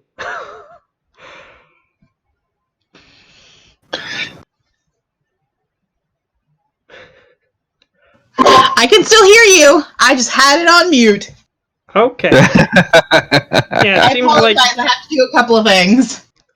Ben is gone. Ben doesn't like us anymore. No. So, I will, if you guys want to or are able to, I would switch back to you guys.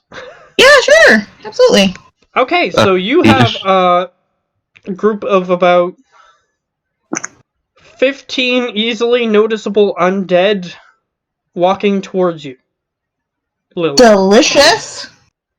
So what's the plan? She distracts them. I am getting closer.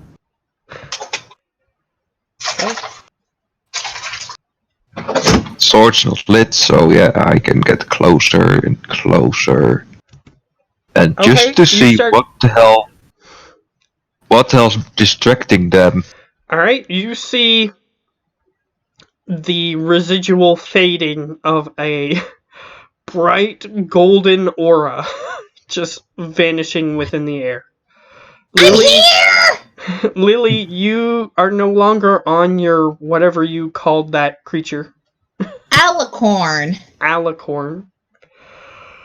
You are no longer on an alicorn. You are just sort of standing in the middle of this passageway when you were praising the alicorn's very quick travel method. You noticed that you attracted the attention of a whole bunch of undead creatures. I know. I'm gonna die. Oh my god. Oh my god. Oh my god. Oh my god. They're about 70 feet away from you, and I'm pretty sure undead creatures regular undead creatures can only move maybe 15 per round or something. I don't know. Come at me, No, bro. you're not. Matt, back again. Oh, Ben is back again. That's good. Do you want to go back to Ben? As I mentioned earlier, it's been really unstable today, so. Mm-hmm. I've been Yeah, that's dropping alright. Okay, just before I switch, I just want to impress upon these 2 how quickly something bad can happen. So, Bring it on, undead. oh, they can move 20. So they're moving at the same speed as those weird creatures that you were facing before.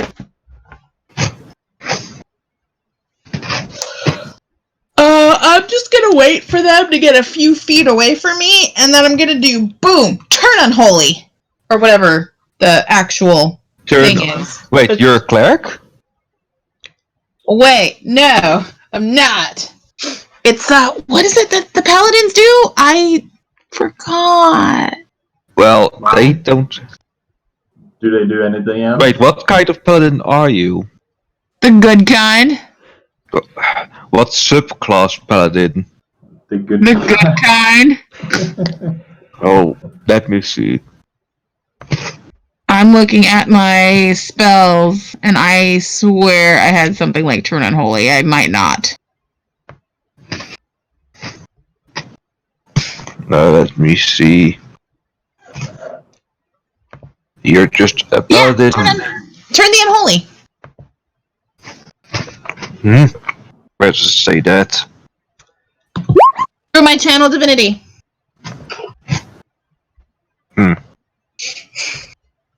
Which means she is what subclass? Yeah, that's. I'm looking at it. That's right now. I forgot what Devotion. There we go. Yeah, Mike, so drop. So people who are of the devotion thing are very loyal to their friends, that sort of thing. So it makes sense for Lily to be that. Yeah, turn on holy. As an action, you present your holy symbol and speak a prayer, censoring fiends and undead using your channel divinity. Each fiend or undead that you can see or hear within 30 feet must make a wisdom saving throw. See or hear? Wow, that one's even better. Listen, within 30 feet. Well, yeah, but it's still better. If the creature fails saving throw, it is turned for 1 minute or until it takes damage. A turned creature must spend its turn trying to move as far away from you as it can, and Right it on. can't willingly move to a space within 30 feet of you. It also can't take reactions for its actions. It can only use dash action or try to escape from an effect that prevents it from moving. Right. So in other words, if it can't move, If then there it tries is nowhere to move, tries the to creature can use a dodge action. There. Impure souls of the living and dead be banished into eternal damnation. Amen. So, it's not as good as the cleric one in certain ways because it can't destroy the undead, but it still has the turn effect. Right, it repels them, so that's what I was going for. Alright, they start getting closer. They need to make a what? Wisdom? Oh, of course. I may as well not even roll, really, but I'm gonna check to see what they have.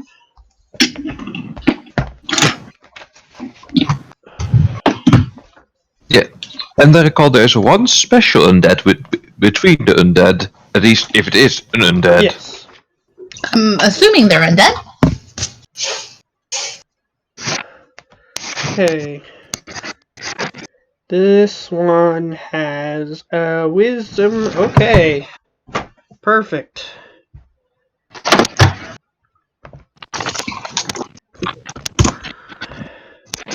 I mean, if her charisma's high. Googly. Oh, googly, what googly? Wow, good googly mogly.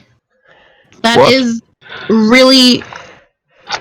So, the group of regular undead are unimpeded by your turn on holy. Right, and I have a good DC too! Wait, what's your DC? Because your DC is usually also. So your spell DC. Is it Wait, 17? have you? Hold on, have you leveled up? I assume I have. What level are you? I don't know. Give me a second. Should say on your sheet. I know. I don't see my level anywhere at the moment. Should be at the top. 9. 9, 10, a big fat hen.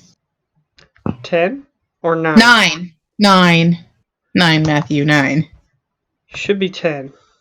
Well, hunky dory. So when did you guys level up? Was I here for that? I think you should have been. Somehow you got level 11. That doesn't make any sense. There you go. Yosoi level, 10. Alright, I guess I will have to, after this game, adjust my character. With all the bonus stuff that you should have. But anyway. Yeah. So I assume your DC is 17, correct? Potentially. Yes. No, it says spell save DC 16. So it's even worse. By 1, and 16 is still a good DC. However, the undead are unimpeded by your ability because they rolled an 18. And they had a -2. So, Can I whisper to them? I hate you guys. you can, as they're eating your flesh, if you want. I can. I still move faster than them. They still can't get to me. What about You should the have full big- health, which, there you go. Because for some reason you were damaged. Okay, there you go. Okay. So they just continue walking towards you. And you see that riding on the back of one of them, you see this weird-looking thing that has yellow cat-slitted eyes that are just looking towards you. Alright. And the regular zombies are just rushing towards you still. I'm gonna eat you for breakfast! Alright, and as they're rushing towards you, we'll switch back to Howler to get him back on track. Unless he died again. Did he? Yeah, he died again. Dang. Alright. I'm gonna eat you guys for breakfast! He said he's gonna call it there. Because his internet himself? is just proving to be too unstable. He sent a message in the Discord. Which is a shame. But we'll continue for a little bit till it would logically make sense that you encountered the other group. Okay. I'm gonna eat you guys for breakfast! Bring it on, bitches! Alright, Zaraskan, you look down the hallway and you see this very tiny woman. You may have seen her before. I don't remember if Zaraskan was with the group before she left or after she left. I think Zaraskan joined up like a few hours before Lily left, because it was that night that they left. Okay, that makes sense. So, Zaraskan, you see the weird halfling girl that was with your group before but is left very abruptly. And then she's here now, and she's yelling at undead creatures as they're getting closer to her.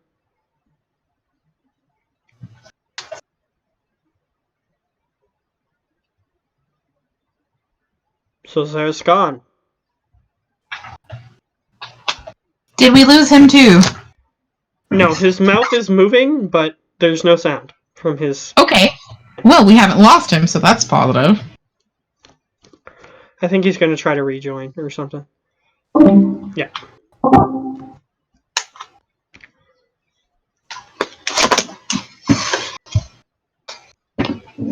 Okay. So, what are you doing? Me? Geo? Oh, that's what I thought you were talking about. Did your headphones break?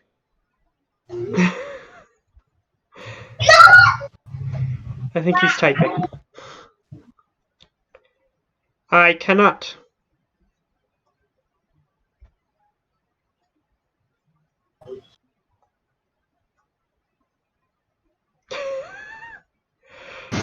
Can you hear me now? Yes. What you There we just go. did was the thing that fixed it.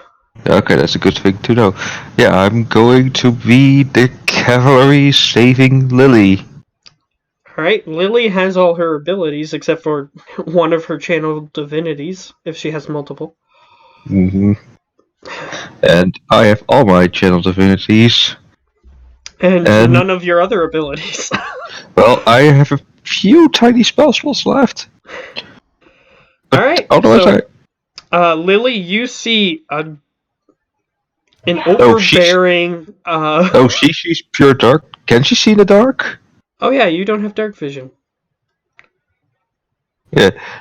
So it's just pitch black, and then a second later, just a flaming sword just cutting through the horde. Okay, so Lily, in that instance, would see a flaming sword rushing forward, and that flaming sword is being wielded by an overbearing, very large dragonborn that you saw for maybe a minute or two.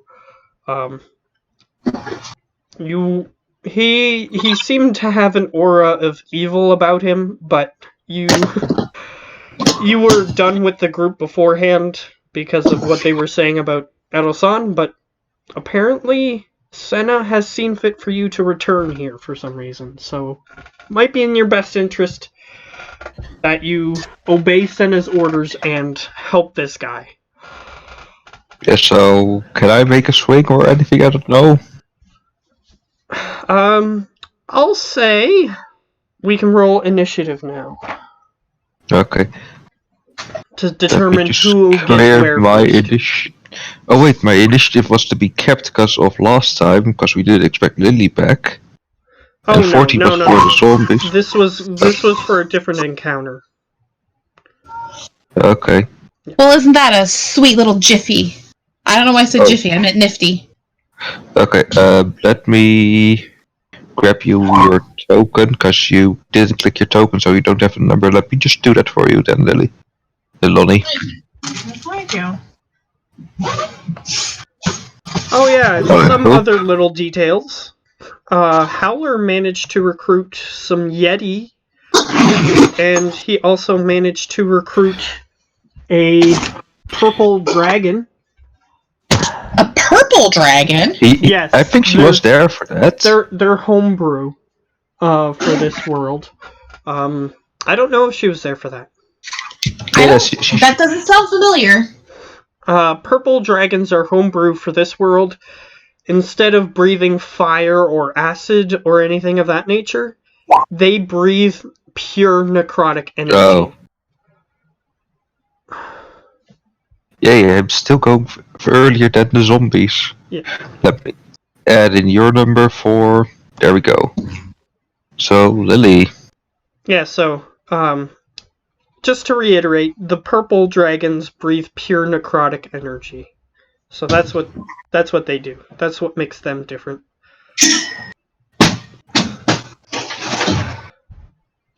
So, Lily!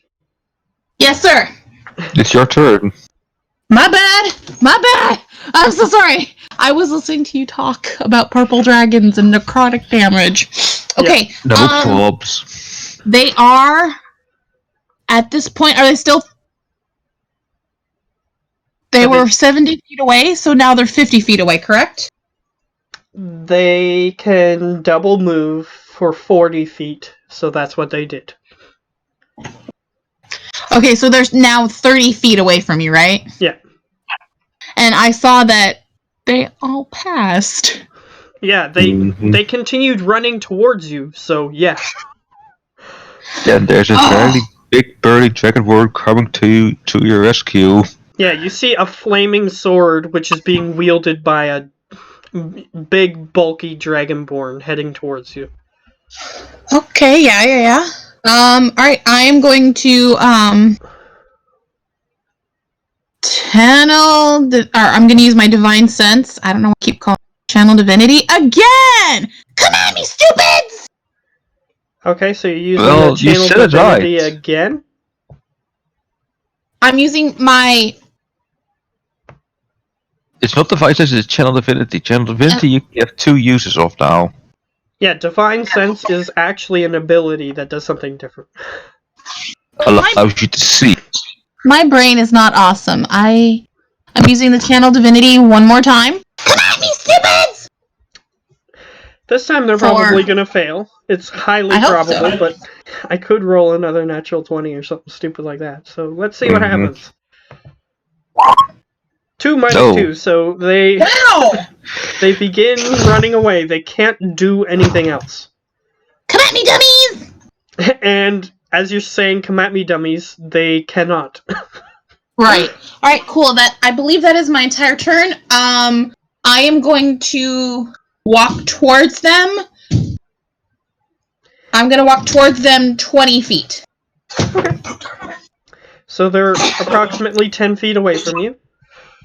Okay. And I'm assuming that they're going to keep moving back. Yeah. So they can't attack. You see this tiny little halfling girl just say, "Come at me, stupid!" And then the zombies just start running away from her. As she's sort of glowing a kind of golden hue that you assume is some sort of paladin ability. Camera's not on. Put him down. So Zera's gone. Go ahead. Time to slice the dice. Time Alright, to you slice charge and forward. die. I'll say that you're What? within range to hit them. Yes. So you Let's can see swing. how. Swing. Oh wait, that's A the wrong breath one. weapon. That's the wrong one. So you just have the thing at the top. 15, that hits, I assume? And make sure you add your snake damage. Because you have your snake, snake. wrapped around one of your Yeah. sword arm. What was snake damage again? Okay, so on the one that you're hitting, you deal an additional d6 piercing damage, and they have to make a saving throw if they survive the strike for paralyzation, which undead are normally immune to paralyzation. Okay, DC for the paralyzation, because I need to build it also in. I thought I gave you that already. No, you didn't. It's a Constitution save of 15, if I remember correctly. Hold on, perhaps you have... No. Con save 15. I need to make a separate attack for the snake then. Hold on. You don't Oh, have to do that, damage because it attack. automatically hits when you hit with your weapon, but if it's easier for you that way, then do it that way. Yeah, so 1d6 of pierce and then... Because you don't have to roll to hit with the snake. The snake hits if you hit. Yeah, so I'm busy with that flat modifier of 15. And if they don't save, then they're not paralyzed, right? Yeah. If they save, they don't get paralyzed. But this is based on their constitution, so it's a little harder, but it still has a chance of working. It's just that undead are normally immune to paralyzation of any kind. Yep. Okay, here comes the damage. That's 21. Nice. The snake And with a he 3. he did hold not the- survive. Oh wait, the hold attack. on. Let me try it again. He didn't survive the attack. So There we go, that's better. Now it says the con save. yeah, But that's a total of 24 damage. yeah, he didn't survive the attack. You cut him down. So you Okay, can that's swing my again first attack. if you want. Matt, Can you hear me? you're breaking up a lot on my side. Alright. Might be the notes on me. Mr. Baby! Okay.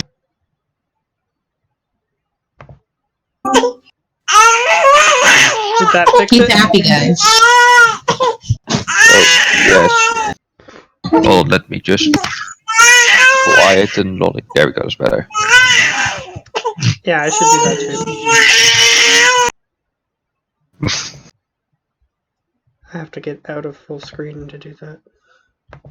Yeah, so I did 24 damage to one zombie/skeleton. Yeah, and I said that one is done. So Okay. Second attack. 26 ooh. For a total damage of 18. alright. Then snake bite for 21. This one is still standing. Just barely, but it is. DC. Alright. Did it make the con save, yes or no? That's what I'm checking right now.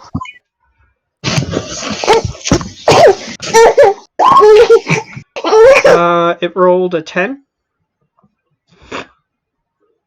which fails, What? so that one's paralyzed. Mm, Okay. It just so you're aware, it only had 1 HP left, but it is paralyzed. So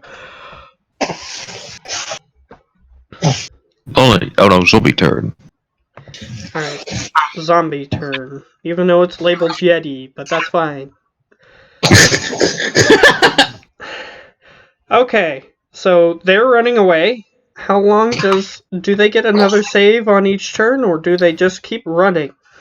It's 1 for minute, or till takes damage. right. Okay, Yeah, that one zombie is now free of the mind control. but is paralyzed, so it doesn't matter. So one of the zombies falls to the floor, unmoving. The other zombies continue running. I actually forgot to roll something. Give me a second. Earlier Sure. on to determine something. Because it actually matters, but I didn't think it did, but it does. So, It does matter, yes. okay. Didn't matter. It did matter, but I rolled the same thing, so it's as if I didn't roll it anyway. So, okay, that's fine. So you see the weird, Zerascon, you see the weird looking, wide-eyed, cat-like eyed creature that is gripping onto the back of one of these, undead. It doesn't seem to be able to do anything, so that means it's under the effect of being afraid. So, that's the turn. Lily. Okay, so one is paralyzed, one is dropped. And the one is free of yep. And then there's a cat-eyed guy. That you want to have dead. You can try to examine it to see what's going on with that, if you wish. Well, he's a paladin of Senna. I'm assuming there's iconography. You're a paladin of Senna, correct? No. You see iconography on him. But I don't see. Do I And recognize it's not for iconography? your particular god. It's for Is it- the opposing god. Oh shit! Yeah, he's with Seth. You bad boy. I don't know. However, I can't. You as a person, both of you roll religion checks to see if your character knows more than just the propaganda about the opposing religion.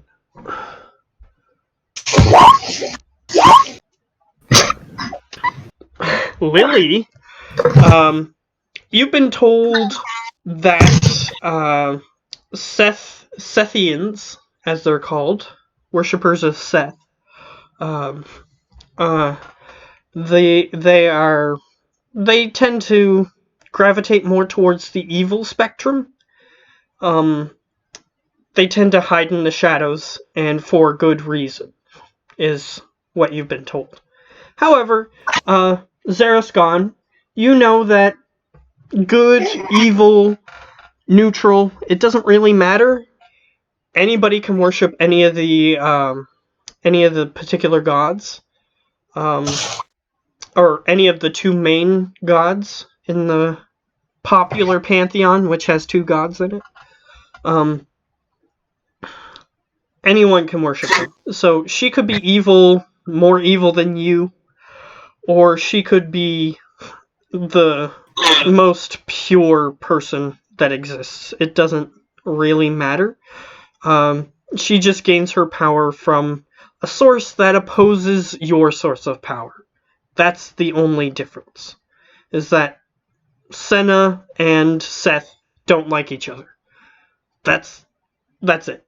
You as a person, you can choose whether or not you like people who worship Senna, That's up to you entirely. However, Well, Lonnie, you know that he's probably an evil douchebag because he worships Seth. That's all your character would know. Well, I can say this. I can set our difference aside until this crisis is over. Yep. You can decide whatever your character feels because you know that their alignment isn't affected by what God they choose. It's only that in the afterlife, you may be slightly judged depending on what your actions are. Right. Whereas Lily thinks that you're just an evil prick douchebag who likes darkness. Who likes to torture kittens? Pretty much. You might be not that far on the evil spectrum. Like there's just rogues who are people who like to steal, and they like the fact that they can like attract shadows to themselves and that sort of thing, using the powers of Seth. But you could be anywhere from like a petty thief who likes the worshipping the god of shadows for that reason, or you could be like a dude who just wants to engulf the world in darkness. So that's the spectrum that she has from her perspective. Right. So you see that he's helping you fight in this moment. So it's up to you. Whatever you want to decide on that. I mean, if I really was a truthful worker, I could have said, screw her. You could have. You could have just let her get eaten by zombies, which might have happened. Okay, on a 1, you're my best friend. On a 2, I tolerate you. On a 4, I'll figure it out later. Okay, I'll tolerate you. Alright. Okay. So yeah, he has obvious iconography, like he has painted on his breastplate and on his shield. A dragon? Yeah, a 7-winged dragon. That's right, I've read he had a lot of wings. Alright, I'm gonna walk towards him so we can both finish off the undead. How far away is Geo's character? He is on the opposite side of a cavern that is completely plugged by undead, so you can't get next to him, but you are currently pincering the undead that are currently running away from you. However, they can't get much further away without taking attacks of opportunity, so they're just attempting to stay at least 30 feet away from you. Alright, my ultimate goal is to kind of herd them, I guess. He can attempt to block the entire pathway, but it's 10 feet across. So if he attempted to do that to prevent them from running away, it would be an action to do so. So he hasn't done that, so they are attempting to run past him. They are ignoring him. So they'll take opportunity attacks for the next turn when they decide to keep running. Okay. I'm gonna advance. They're still 30 feet from me, or are they farther? At the moment, yeah, they just moved 30 feet away from you, which ran them directly into Zaraskon's grip. Okay, I'm gonna advance. I'm gonna advance my full movement, and you are still 5 feet away. Right. I'm sorry. I'm gonna go 20 feet. Well, it doesn't matter. They could get to me. 25 feet! Boom! All the way! And You do have an axe that has reach, if you want to use that. That's right! An axe that has reach? Yep, she has the imp, and it can teleport up to 10 feet away from her. Ooh. Boom. So she can hit them from that range. Yep, 24 hits, for sure. For 8 damage, that guy is hurt. And I'm going to... I have a second attack, I believe. Double checking. Extra attack. Do I have a third attack yet? No, I still have only 2 attacks. Alright, I'm going to attempt to attack the same one again. Score. Same number. 9 and 10. That one is still standing, but it is Still standing. it is dreadfully afraid of you. All right, and that will be my turn. No, wait, it's not, because it got hit. That particular one is not afraid of you. So that one, on its turn, is going to try to hit you, if it's still alive by that time. Hit me, stupid! Alright, Zerscon. You notice that she doesn't have a weapon that deals as much damage as yours. But it does this cool thing where it teleports up into the air above the target and just sort of swings down and then teleports back to her hand.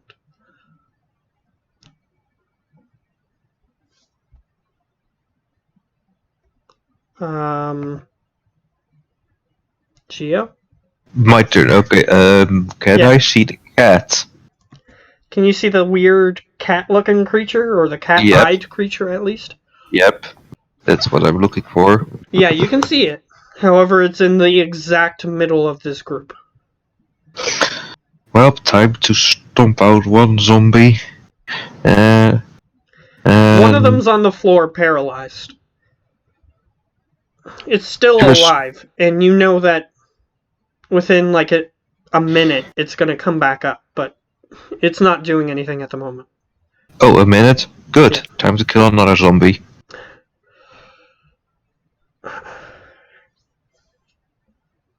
$15. Yeah, that hits him.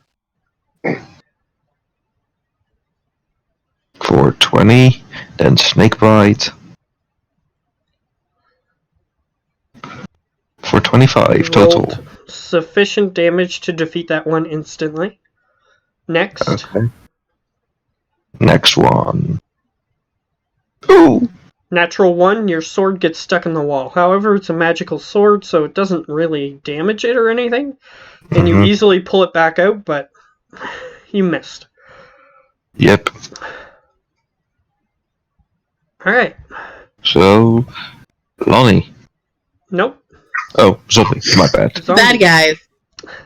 So, one of them has broken free from the mind control because it got hit in the face multiple times with an axe.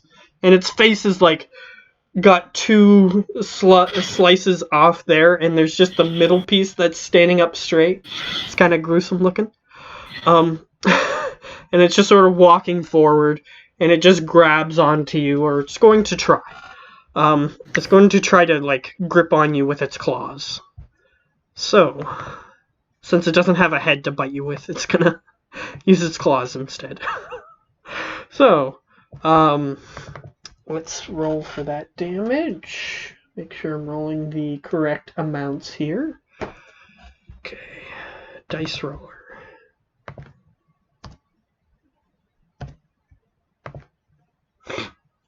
Nine to hit, which misses.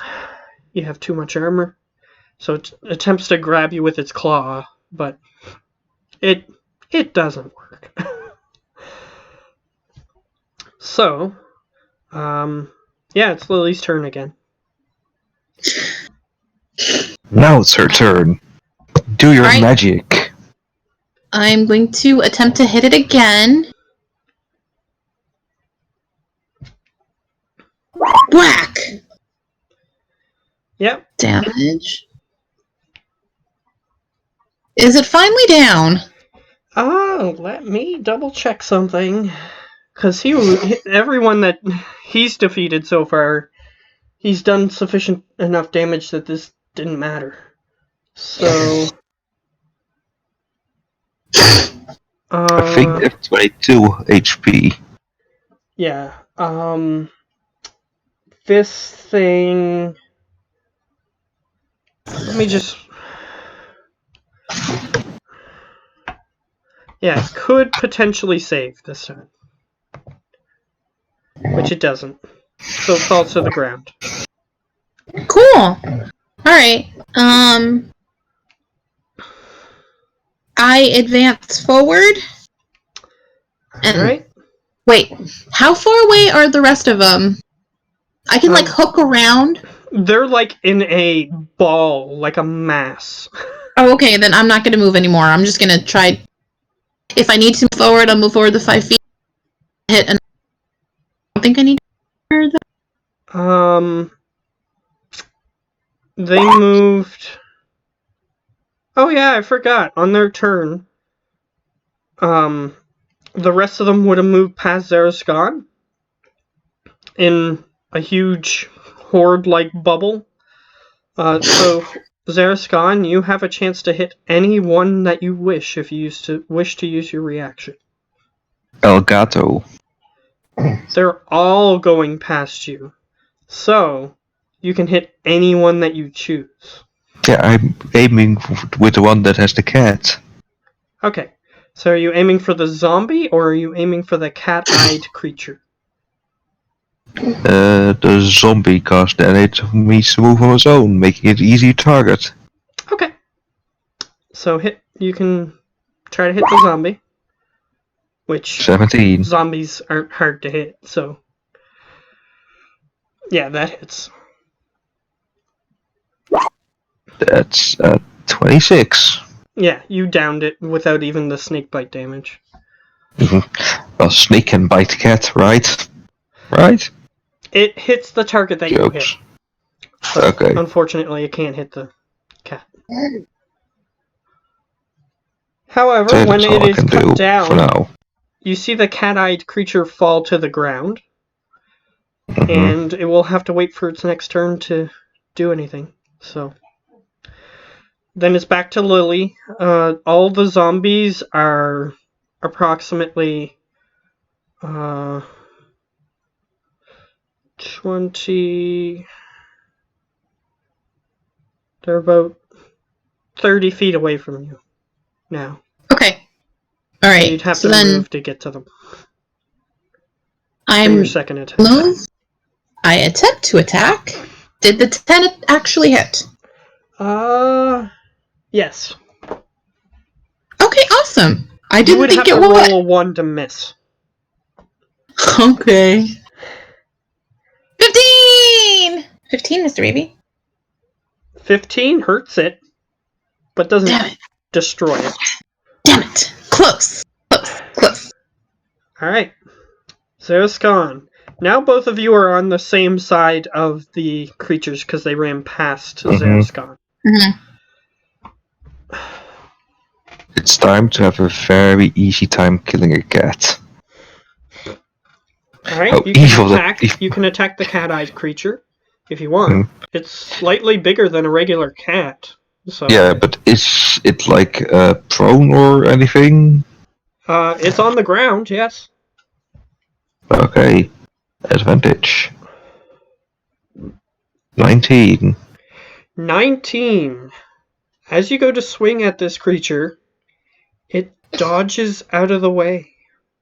It has one free dodge per turn. Well, stay still.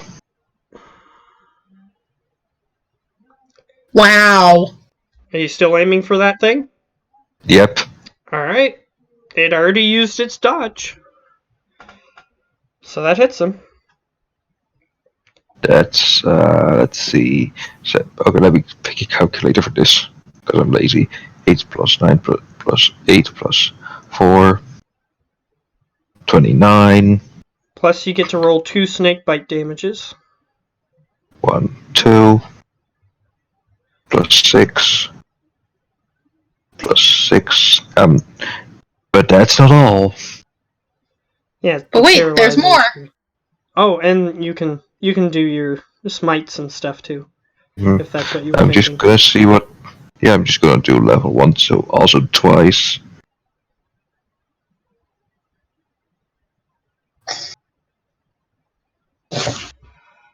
So that's 8 plus 11 plus 8 plus 11. 54 damage. See, this is how he Jeez. killed that lich in like 2 turns.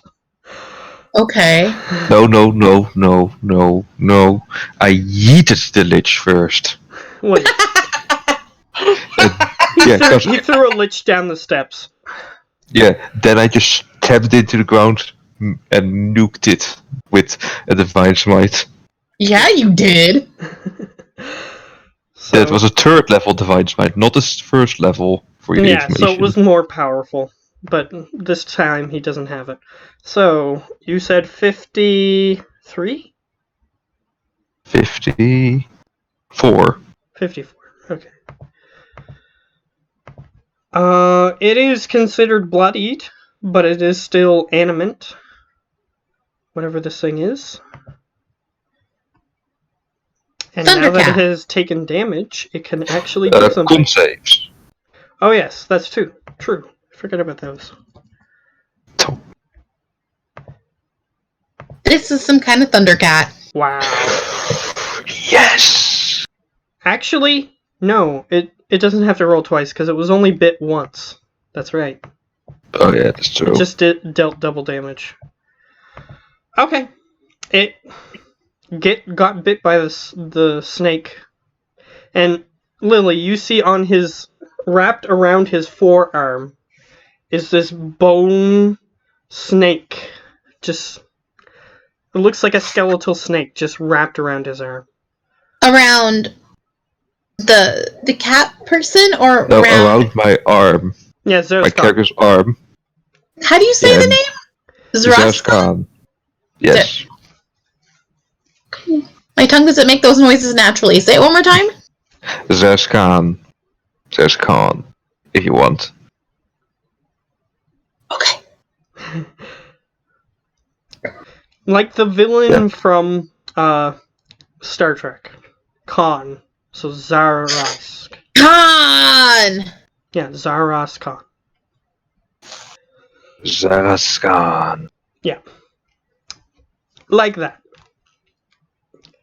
Alrighty, Yeah, there. so you see it wrapped all inanimate around my arm, but as soon as I strike one zombie or the cat creature, it just lashes out at the creature. Yeah, so this skeletal snake is animate because it is opening its mouth purposely when it gets close to an enemy. That's some crazy stuff, man. That's some crazy stuff. Okay. Alright. And I really like that feature. I'm planning to invest in that snake as well to have it do more damage and actually be poisonous to other creatures than only zombies.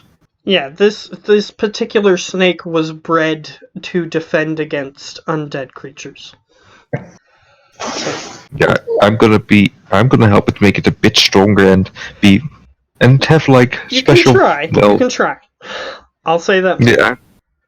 So what's I mean, this? Howler has poison. I can ask him if I can borrow some poison, recreate it, and then make special things for the snake so that it can like use it poison against enemies. You can try. So The the ultimate snake, weapon. the snake, or the cat thing is still animate. It's still moving around, which it is now its turn.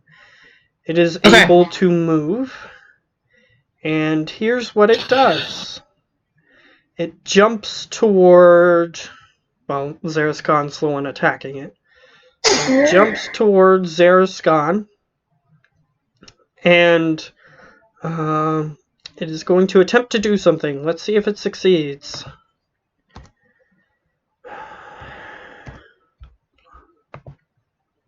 $24 to hit. Jeez. Yes, it hits. It grapples onto the back of your neck. I need you to make a wisdom saving throw. Oh, I have even more wisdom thanks to Lily being close, right? Correct. Yeah, I have a +4 to it. Correct. Yeah, that's the good thing about having multiple paladins in the same room. They can stack their auras. We stacks. Matt, what's the DC? Just roll it. Just Just roll it. Just roll it. Because I can't just tell you what the DC is. You don't have disadvantage, so... Yeah, so Or it's normal. advantage. So it's 22. Yeah, that's what I mean. You manage to retain control of your mind. However, the cat thing is attempting to tap into your spinal cord. That's what it feels like. Feels like it's digging into the back of your neck and trying to take control of your mind your body via your spinal cord. You'll still be conscious as it's controlling your body. But Me no likey. And as it was attacking you, it leaped up, and it has this weird, tiny humanoid-esque body. And it just jumped up, and Lily, you just witness as this weird cat-like head just digs its fangs into the back of his neck. And you also take... Me? Little old me? No, me. No. He takes additional damage as well as the attempt to control you. So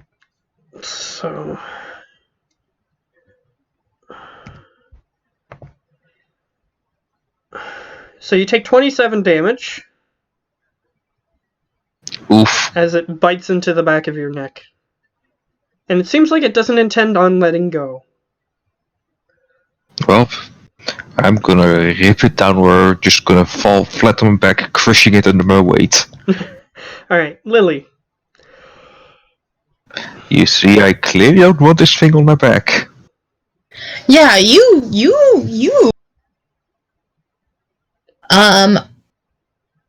Alright, I guess I'm gonna try to go attack it. Yeah, you see that it's on him. However, just smack it off.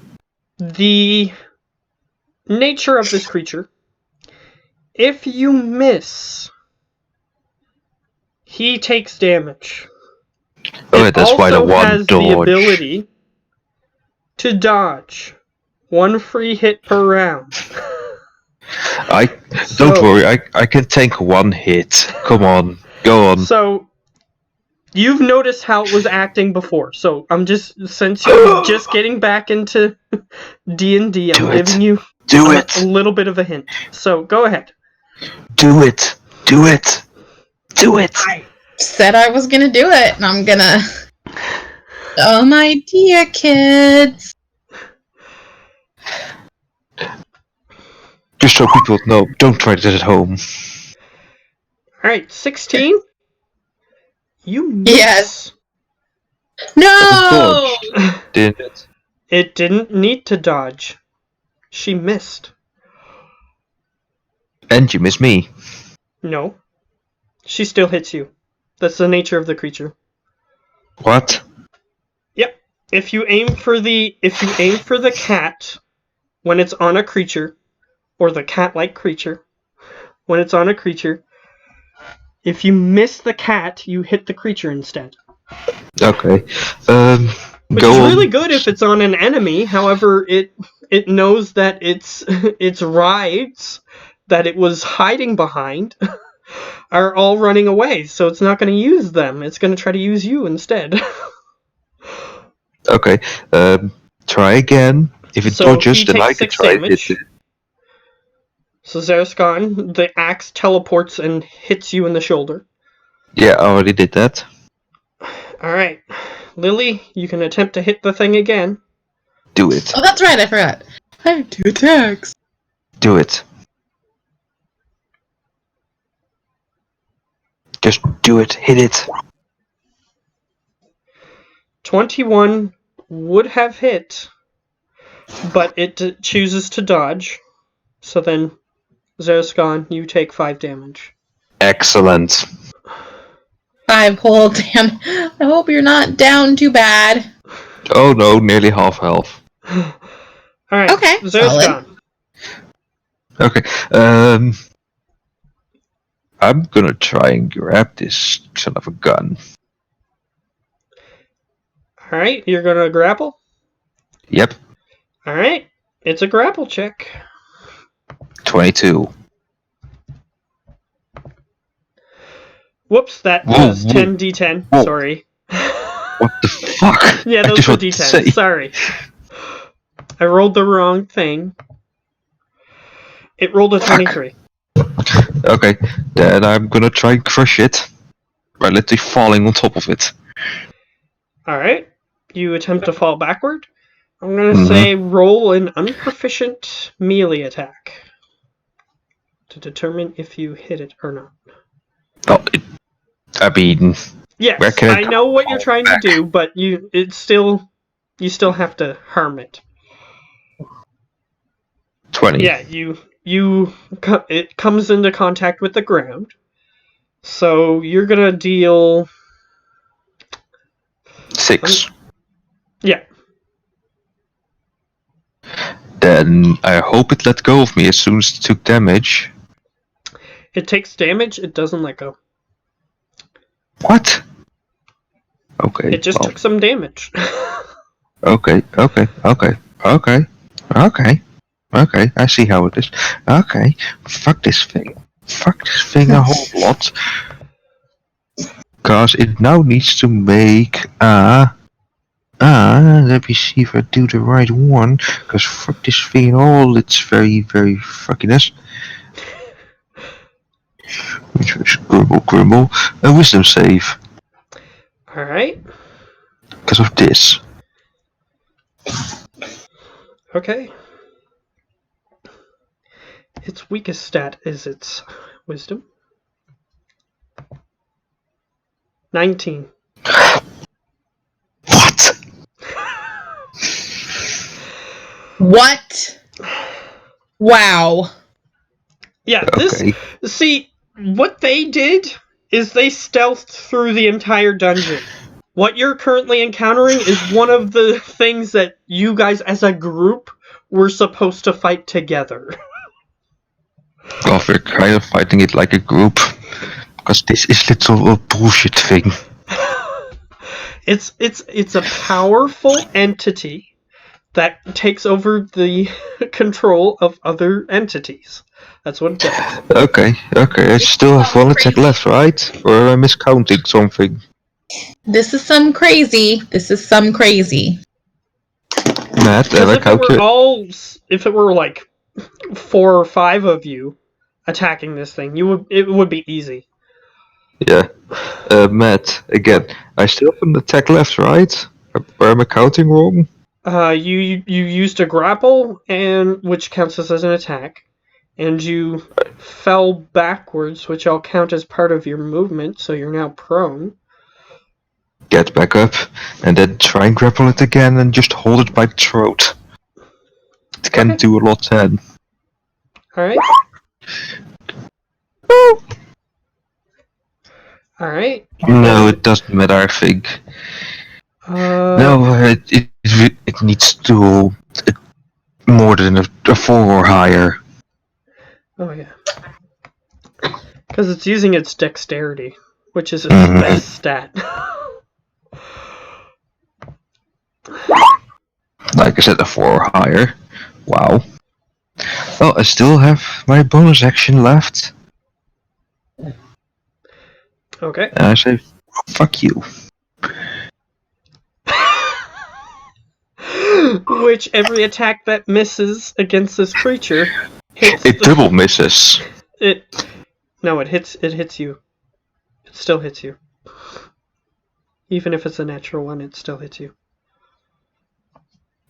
Okay, now I'm in trouble. Because Okay. now I am down to half health. So it regains its reaction. And the other zombies are still scared of Lily, so they're not going to be a problem. Mm-hmm. So, like if Lucius were here, this creature would have been dead along with all the other zombies just instantly. Which is why I thought, well, this is easy. So Stupid Lucius. yeah, he turned into a rat and went in Howler's pocket, and they stealthed the whole way through the dungeon. Yeah. Oh, that's clever! Yeah, but it's bullshit he left me behind. I want to keep this character. Okay, so it's gonna attempt to bite you again. So I need you to make a wisdom saving throw. Jesus!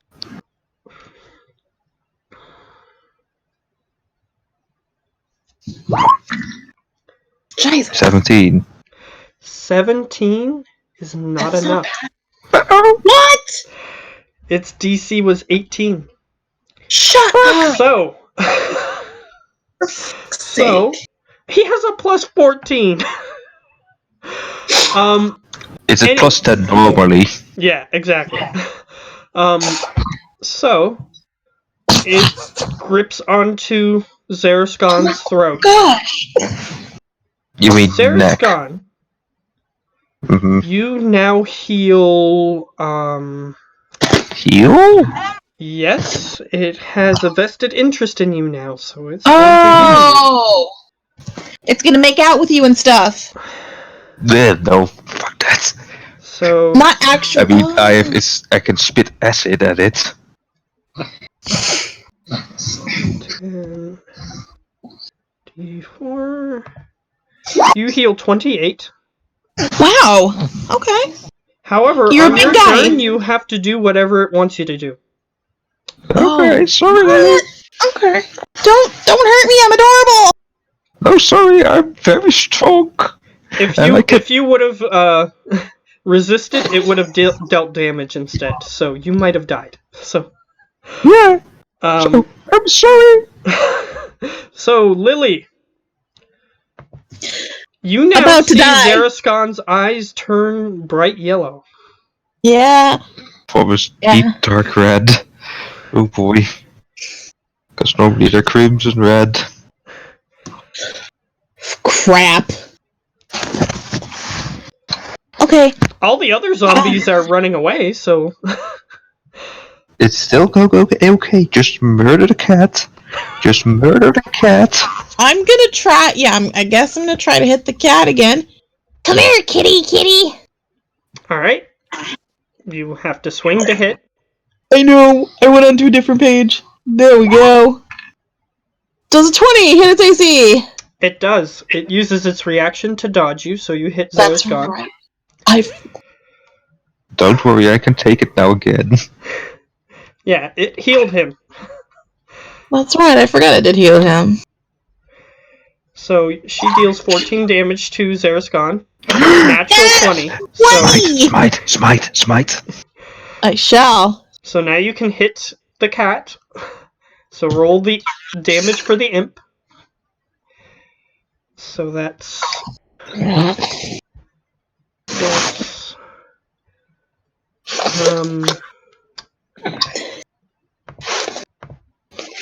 so it's still up, 14. but you can choose to do your smites or anything if you Oh, want. I'm gonna smite it. I'm gonna do a second level attack. Or I'm sorry. Stop moving. I Second exactly level smite. know the levels. No. Third level. Okay, third level smite. Okay, So I can double that. Does it count as an undead? It is an Yes. undead. okay, I see you don't have it in your spell list. Something I did. So, let me just... However, she did roll the damage. Did she roll it Okay. correctly? Yeah.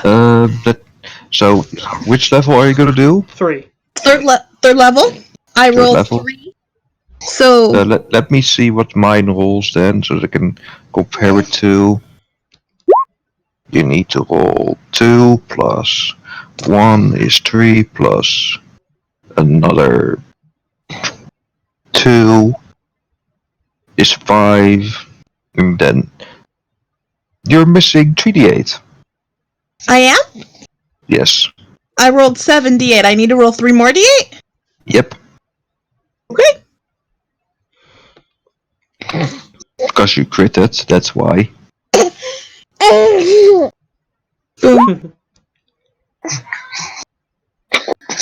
So let me calculate that. It's 23 plus 18 plus... no, not 11. 14... 55 damage. Radiant, if that matters. Yep. No, it's radiant The- and the imp damage. I calculated.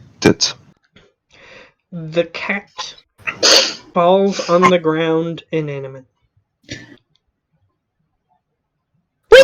cat-like creature. Now, since the zombies are super easy to defeat, I'm just gonna say, and they're afraid of you, so I'm gonna say, you clear We out those crush zombies. them. Yeah, and I'll say that you don't even take any damage because they have such a low chance of hitting you. It's ridiculous.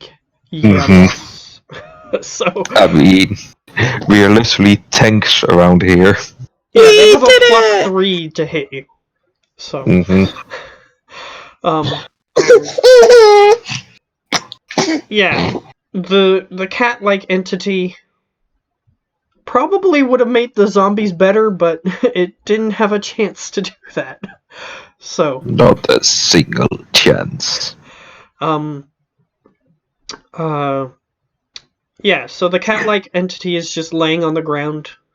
It's sizzling with divine energy. You both can have a better chance to look at it, so if you want, you can either roll religion or nature.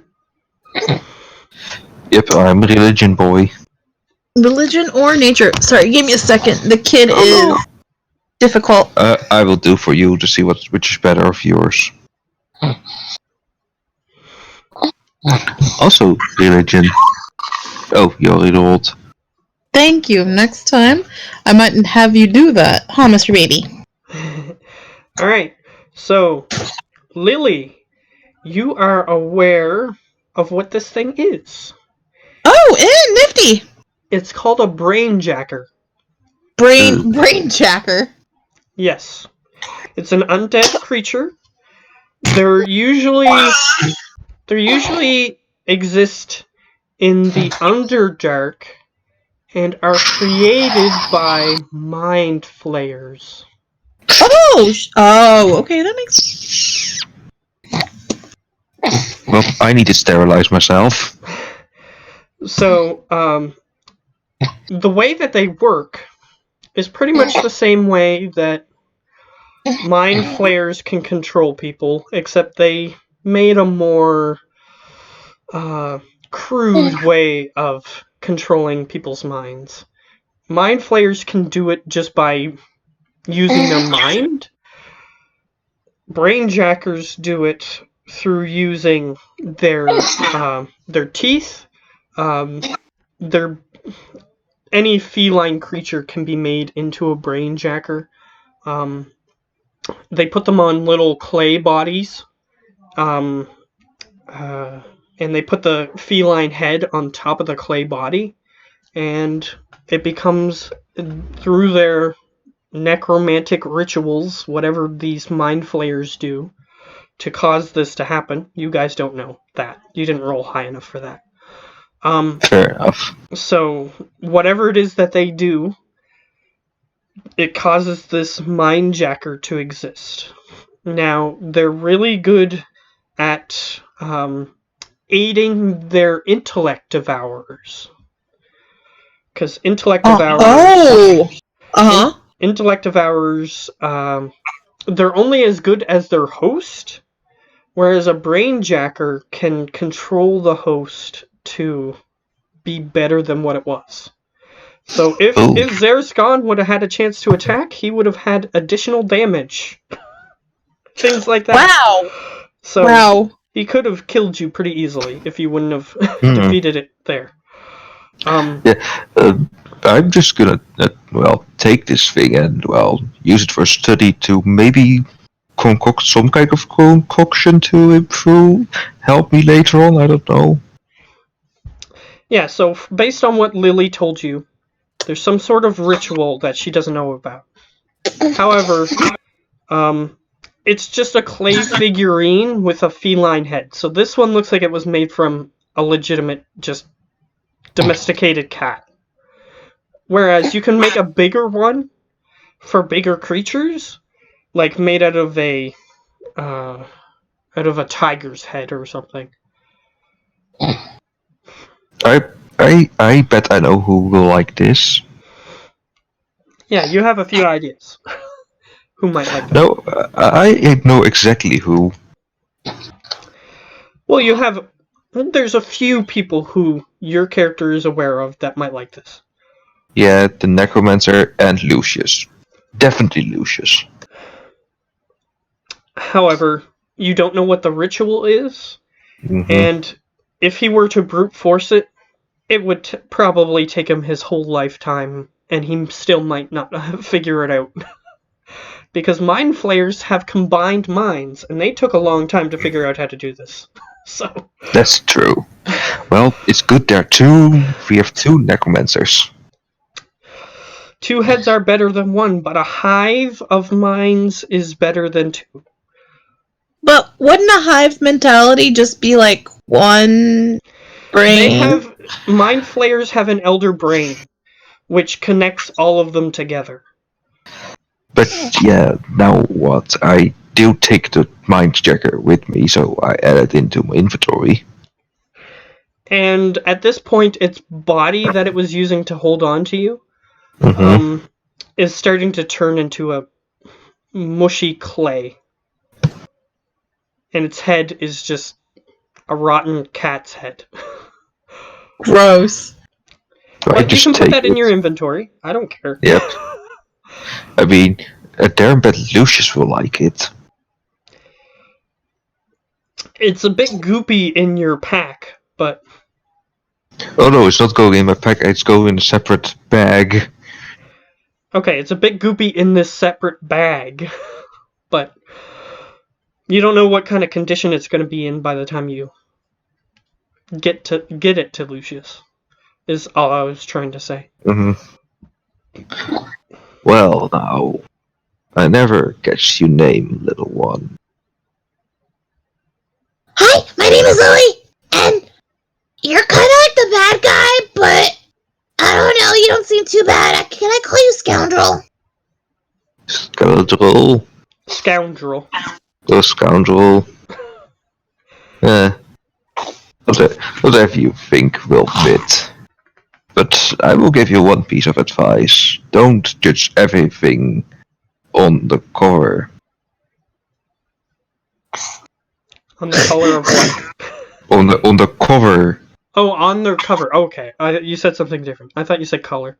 Okay, that's fine. No. Because certain things can surprise you then. A lot of things surprise me, like presents. Give me a present? You can pet my snake? Question mark. You look over at it, Lily, and it's looking directly at you. And Zaraskan, you can see its little tail wiggling, even though it doesn't have the Rattler. The rattler, like a rattlesnake. But So it's shaking its tail at her. Yeah, I gently grab the end of it and just hold it like, no, now. It looks over at you, and then it looks at her, and it tries to shake it again, but you're holding it. Yeah, You can I just feel that it's trying to... There's a force on your hand as you're holding it in place. However, Lily, you know undead. Lily, I'm talking to. Yes, so of course I know undead. You also know that there are such things as feral undead, which are not always hostile. Sometimes these undead, they come back more animalistic rather than deranged, which means that they don't just attack everything they see. They're more animalistic, they're more... If they can run away, they run. It seems like this one has an animalistic mind. The mind of a snake. And it just doesn't trust you right now.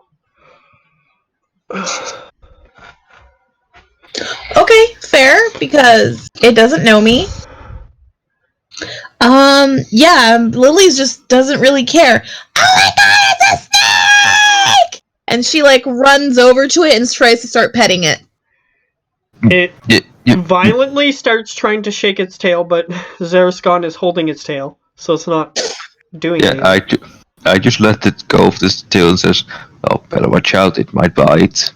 Oh my god, it's happy to see me! Lily, it lashes out at you. I don't have any food, I promise! Oh my god! She's like not violently, she's like excitedly petting it. Okay, you're petting it, and it's like a skeletal snake. So it does try to bite you. However, I don't have any food, I'm sorry, but oh my god, you're so cute! it bites onto your arm, but your arm has armor on it, so it doesn't do anything. Lily it's giggles at how. Go It's ahead. just gripping to your arm. Lily giggles at how stupid the snake is. And I thought I was stupid. Look at it trying to eat. But I have armor on. You're so dumb, Sneaky. Wouldn't say it. It's quite intelligent, actually. And you see little bits of bluish venom dripping down your armor. God, Lily's so dumb. However, Okay. Zerascon, I assume, explains that the venom wouldn't hurt you. It's just the bite would actually hurt you. But it's just gripping to your arm. Okay. Yeah, I just let. So you just got a bit lucky there, but it doesn't trust you. Okay, I have a question. Sneakies, they make venom, poison, I don't know. They make both inside of their mouth, but this guy's got like no mouth and he's like just skeleton stuff. Yeah, it's just How is he fangs on the front of its skull-like head. Well, actually, the venom gland is inside of the skull of the dragon. At least I think it is. Not sure. crazy venom?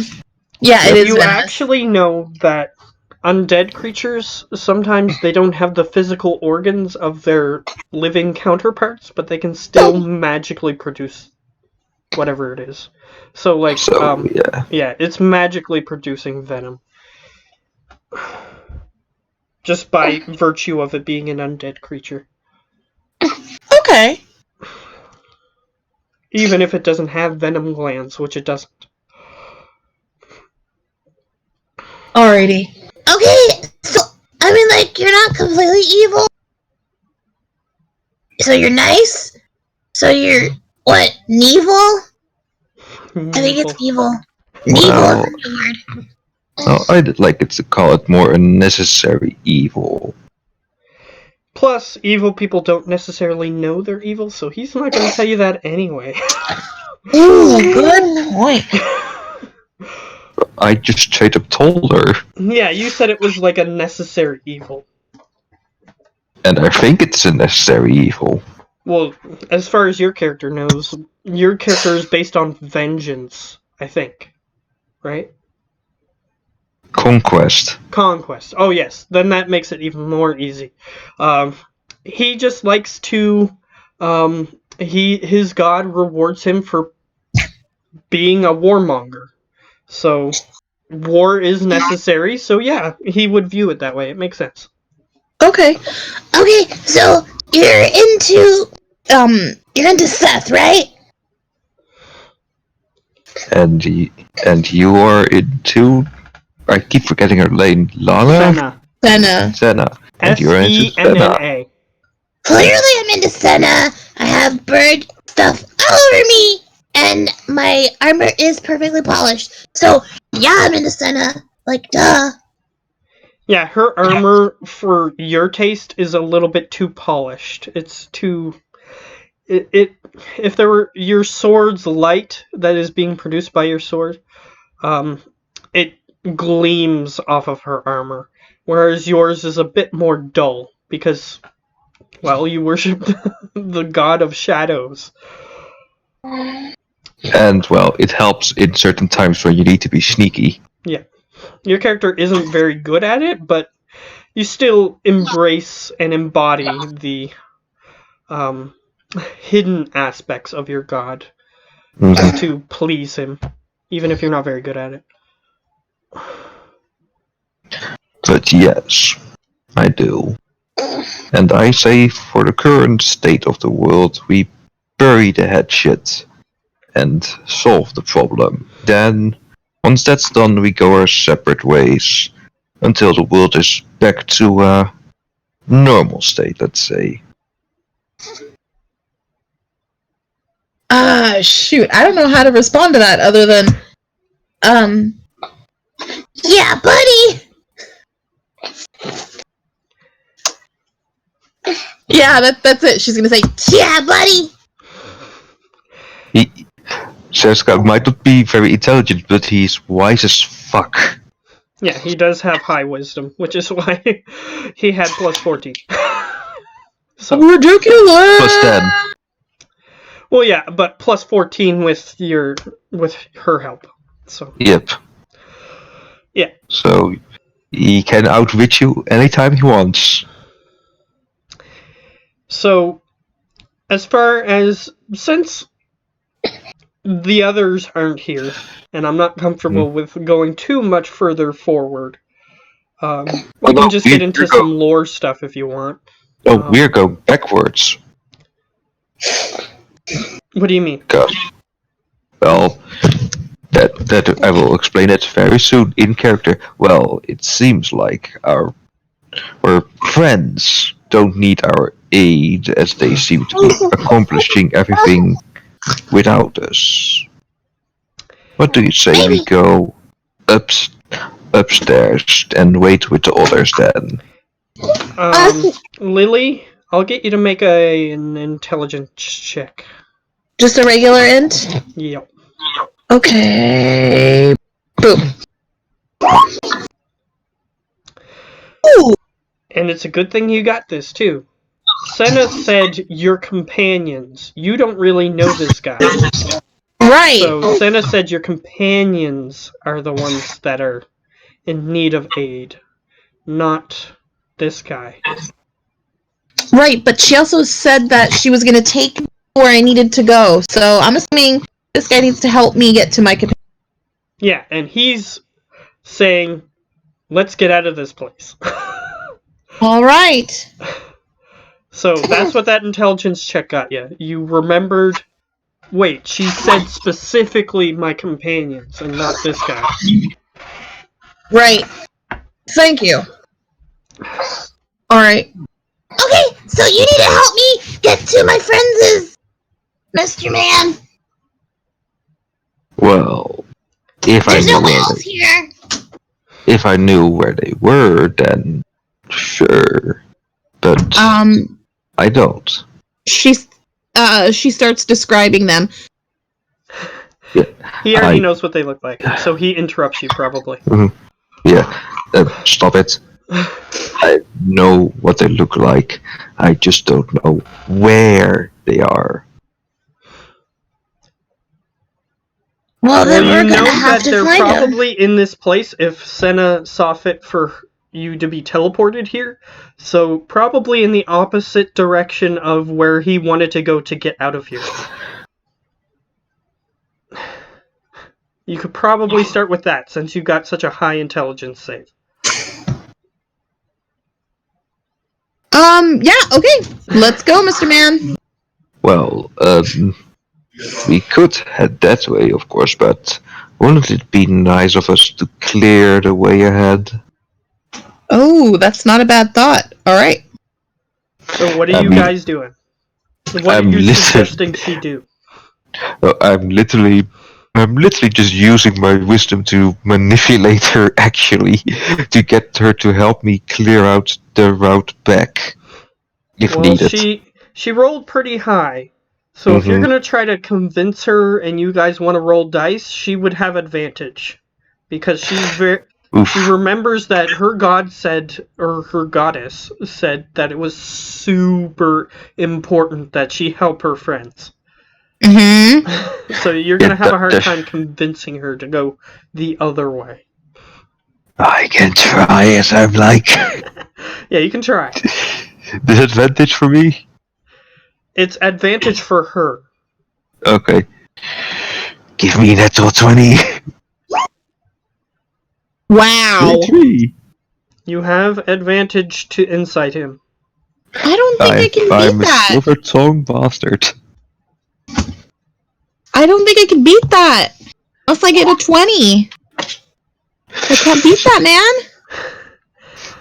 man.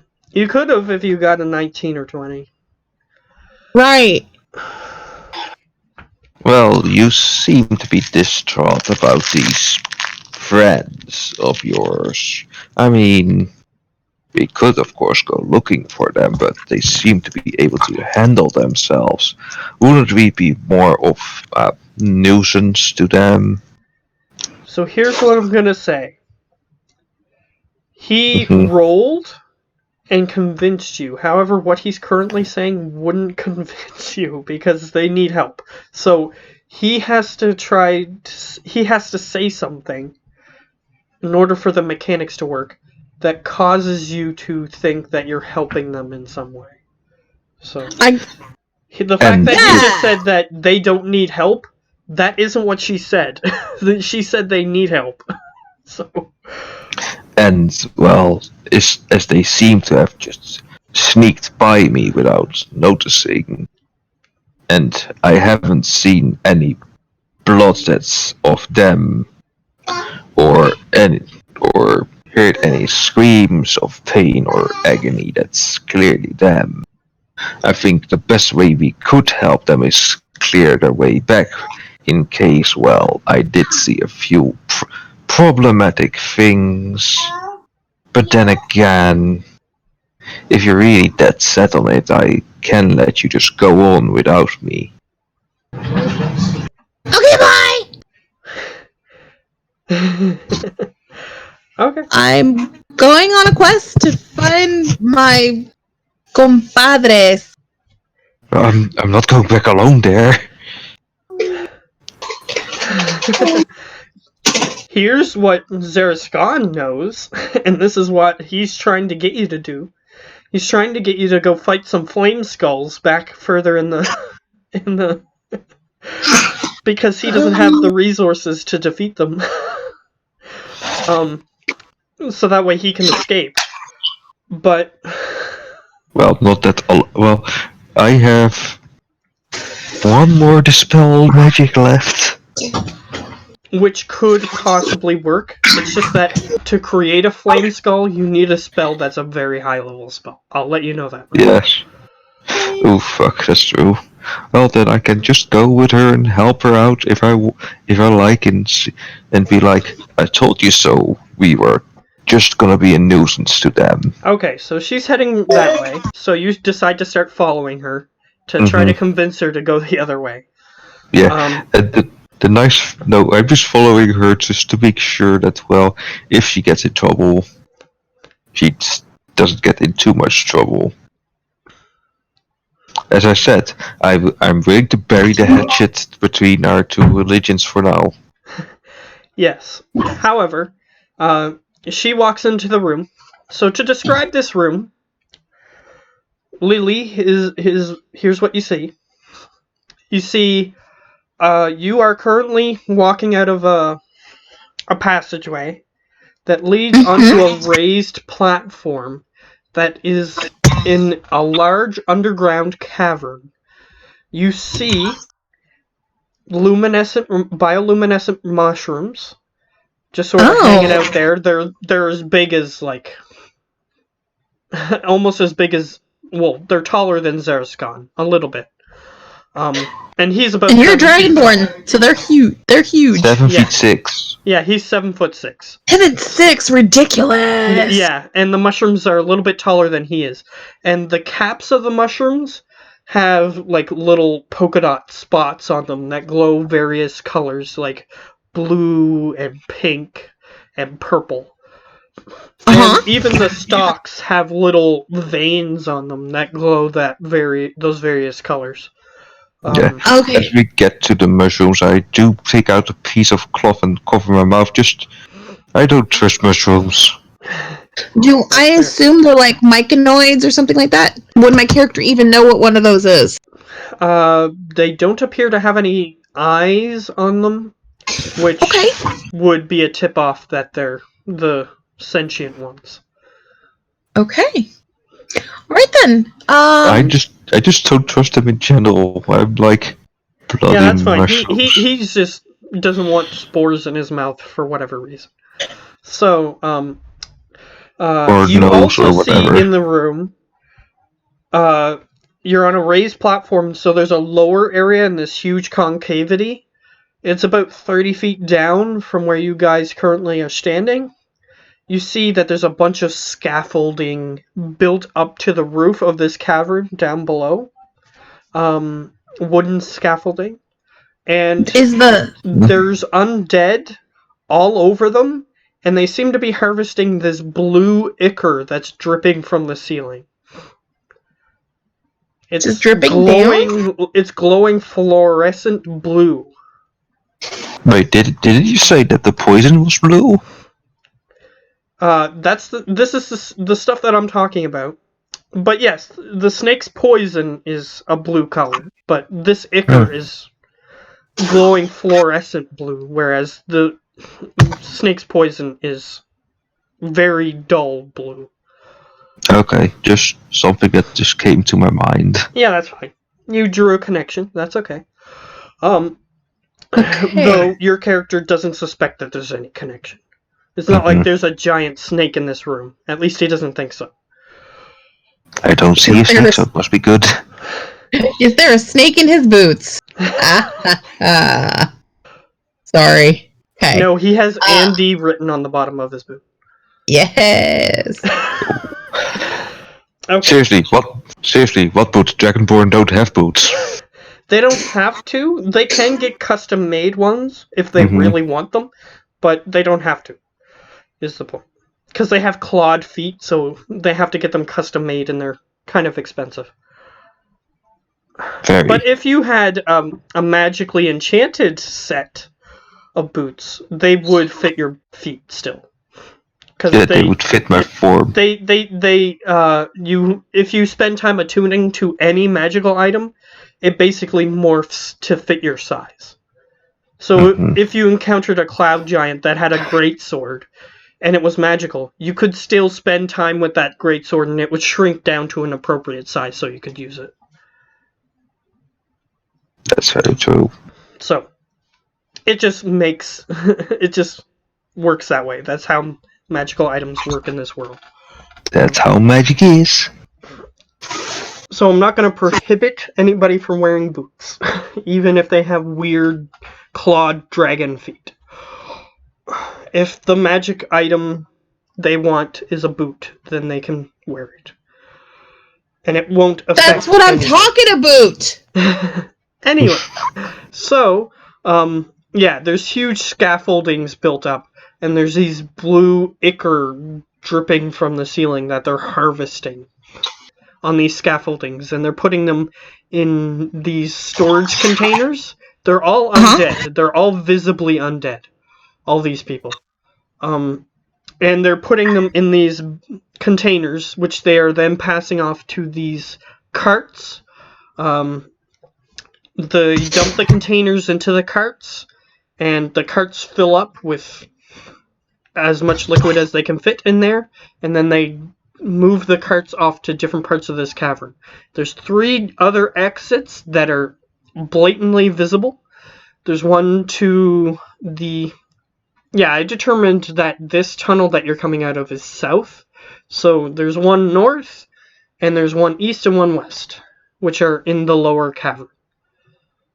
Okay, and you can which see way? them, and you guys are currently not in a place that would be obvious for an undead to be looking. So you guys are safe for now. So, let me question. You said there was a cavern. We could look down into it, and we came from the south. Yeah, so imagine that you just came out of a hole in this room on the south. You're on a raised platform that is a natural cave platform. Like you're just on a higher part of the cave. Which is 30 feet above the lower part of the platform, or the lower part of the cave. So yeah, you can look down. However, they do have scaffolding to get up here, and there might be undead on that scaffolding, and they might see you if you go to the edge. Yeah, I can just put my feet on it and be like, kick. You can try Oops. that. Depending on how sturdily built these things are. But they are I built mean- by undead, so you can make your own assumptions. I mean, undead, not the... They are built by undead, so you can make your own assumptions. Yep. Like they care about safety code. Though they do, Zerscon knows this, but Lily doesn't. These undead seem to have some sort of hive mentality that they protect themselves and others. Mm-hmm.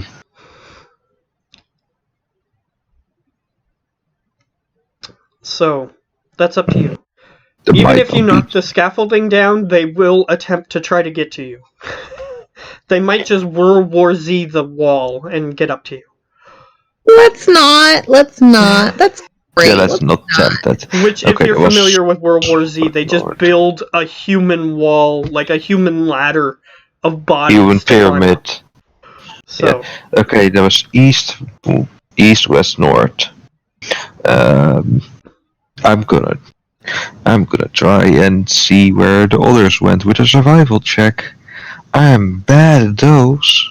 okay, you can make a survival check. You might roll a 20.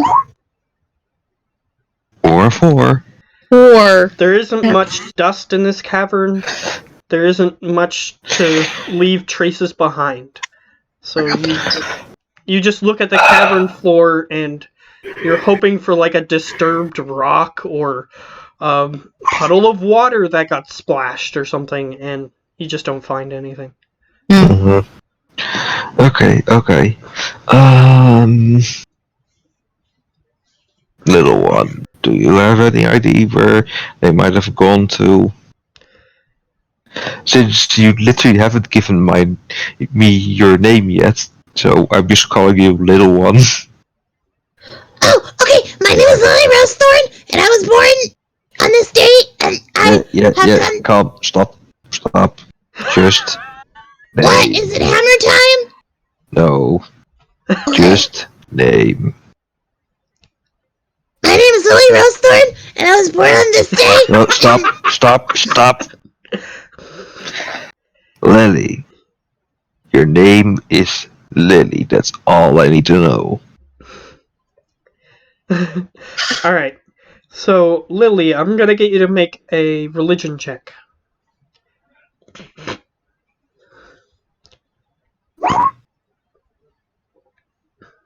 Alright. You hear the voice again. There. And you feel a force pulling your sight towards a certain spot in this area that you are currently standing in. Do I need to I can dig see through the a wall? thing. What do I need to do? Do you resist where Nope. your sight is being pulled, or do you allow it? I allow. Alright. You see, Zerscon does not see this, but Mhm. you see a golden glowing group of people just sort of sneaking around, and nobody seems to see them.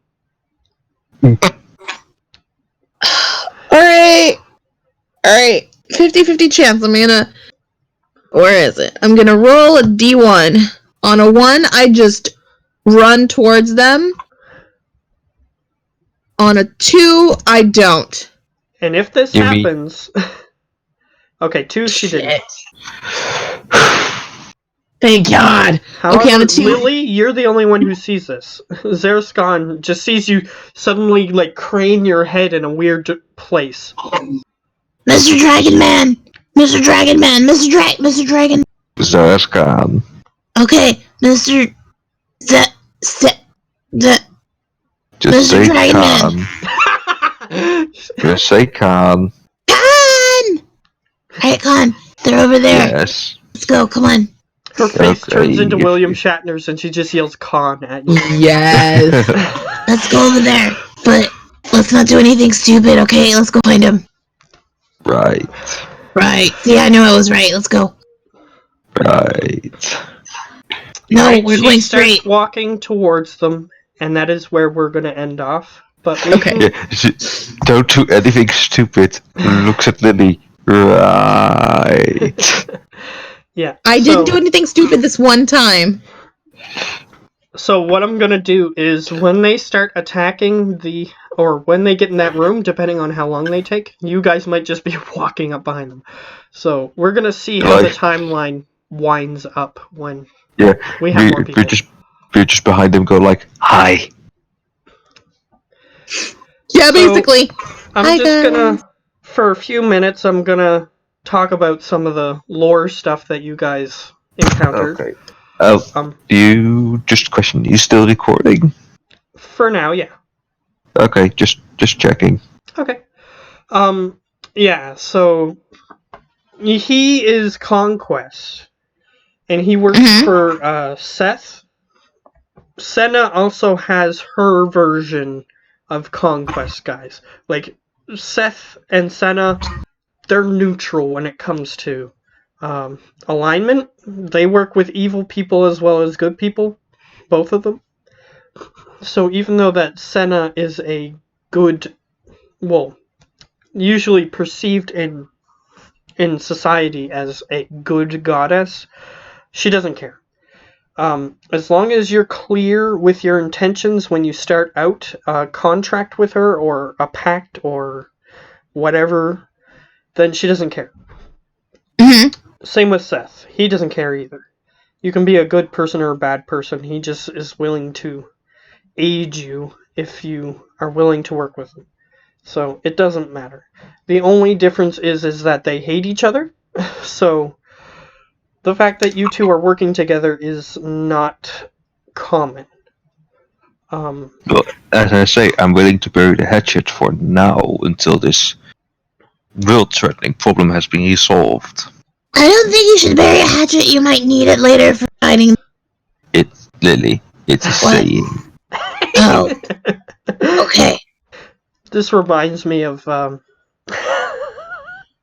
Blaze Blue, if either of you have played that series.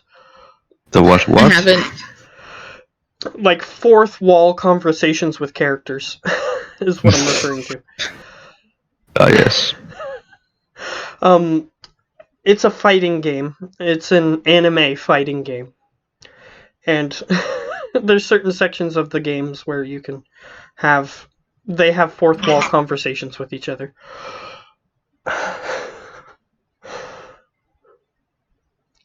Like one of the characters will just say, "I'm really popular on the forums," or something stupid like that. And they all interact in this way, but only in certain select situations. But anyway, so yeah, so as far as the gods go, they're opposed, but they don't care who works under them. Okay. So we are controversial. Yay. Yeah. So basically, Senna and Seth, they don't necessarily order for all members of the opposing religion to kill each other.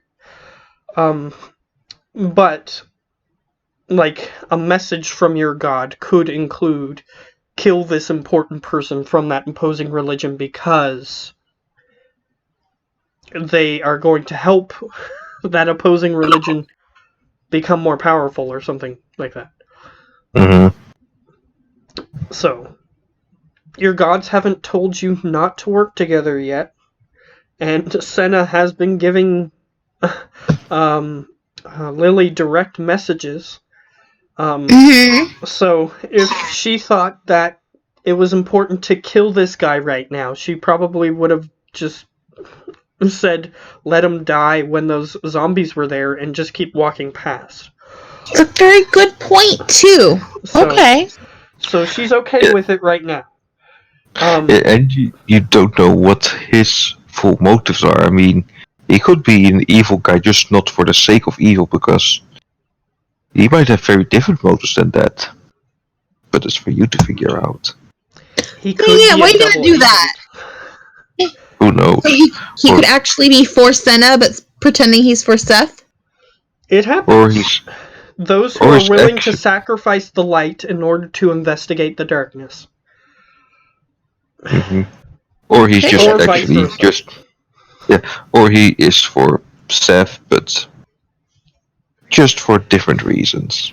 And out of character, he has said that he thought Seth was wronged, which is why he's willing to conquest for him. Hmm But I'm not sure if he still is okay with that sentiment or not. Yeah, he is, but he has different Because in the motivations. In the lore, Seth and Senna were existent at the same time for whatever reason. This is how the story goes. A long time ago, they don't specify what exact era this happened in. Like if it was 1,000 years ago or 10,000 years ago or whatever. Seth wanted to take over the world and create a perfect world of darkness. Because he can't exist. He physically cannot exist in a place that has light. So he's constantly flying away from the light. That's chasing him. So he would constantly stay where it was nighttime, constantly on the planet. Mm-hmm. So he wanted to just blot out the sun and make it dark all the time. So he could live. I like that mentality. Yes. So, from the Sethians' perspective, Seth could, well, from the Orthodox, I'll say, perspective, Seth was wronged because all he wanted to do was live freely. But Senna and the Senites, which are her followers, Senites. Okay. Lily would be a Senite. They know, and also some Sethians know this, to be fair, that if the world were covered in complete darkness, creatures like vampires that only exist in nighttime would be able to run amok if that were the case. So, Okay. the Senites, which were the group of people who were working with Senna at the time, as well as Senna, devised a plan to lock Seth up on a different plane of existence because his ideals were just too far gone and they couldn't convince him otherwise. So they locked him on a different plane of existence. So she appeared in his presence, and since she glows brightly like the sun, he had to cower in her presence and flee. So then she just kept chasing him until she managed to chase him to the place where the other Senites were. And they opened the portal, he got chased in, they closed the portal, and on the other side, the Senites chained him to this plane of existence. Whatever that plane was. It's been lost to time what plane it was. So, that guy is locked in there, and he has morphed that plane of existence to be the afterlife for his followers. So. Oh. Yeah, so Seth isn't necessarily a bad guy, but he wanted to do something that would be objectively bad for certain people. So that's why people tried to stop him. I can see why they thought he was a bad guy. Yeah, and I will just say this: that this is pretty out of character. Khan is not bad, is not evil for evil's sake. No, he's evil for the need to be evil. Yeah, so his character is probably more of a balance type character. Like, his mentality says that there needs to be evil in order for there to be good, so he acts accordingly, sort of thing. Yeah, to have like to be like a scapegoat, so to say, you could say. Most evil people think that they are doing the right thing. So. Yeah, he sees himself as a scapegoat as for, like, the poor, the boy that steals bread to survive. That is not seen as evil. So he is taking the greater evil on him so that they can do that. Okay, it's more of a necessity, right? Mm-hmm. Yeah, he has conquests, which means that his powers are more well formed for war. And since he's a paladin, it's more formed for war with the undead specifically, but he can also make war with anybody else and still get the same rewards. So But conquest, he does literally. have powers to help him against undead. So war with everyone, so to say. Yeah. But he doesn't mind. He let the world blame him. He will take all the sins upon him. Yeah. So, Senna isn't necessarily evil, and neither is Seth. They're neither evil nor good. They just are, and they try to do what's in their best interests. So if an evil person is willing to work with them, they'll do it. If a good person is willing to work with them, they'll do it. As long as up front they don't try to trick them. So, like, devils and demons, they tend to not work with them. Devils and demons actually rule a place of their own in this universe, so they're technically something different. And usually only cults interact with those. So. Hey guys, I gotta get going. I gotta relieve Tim of Mr. Baby. Okay. Okay. He keeps crying.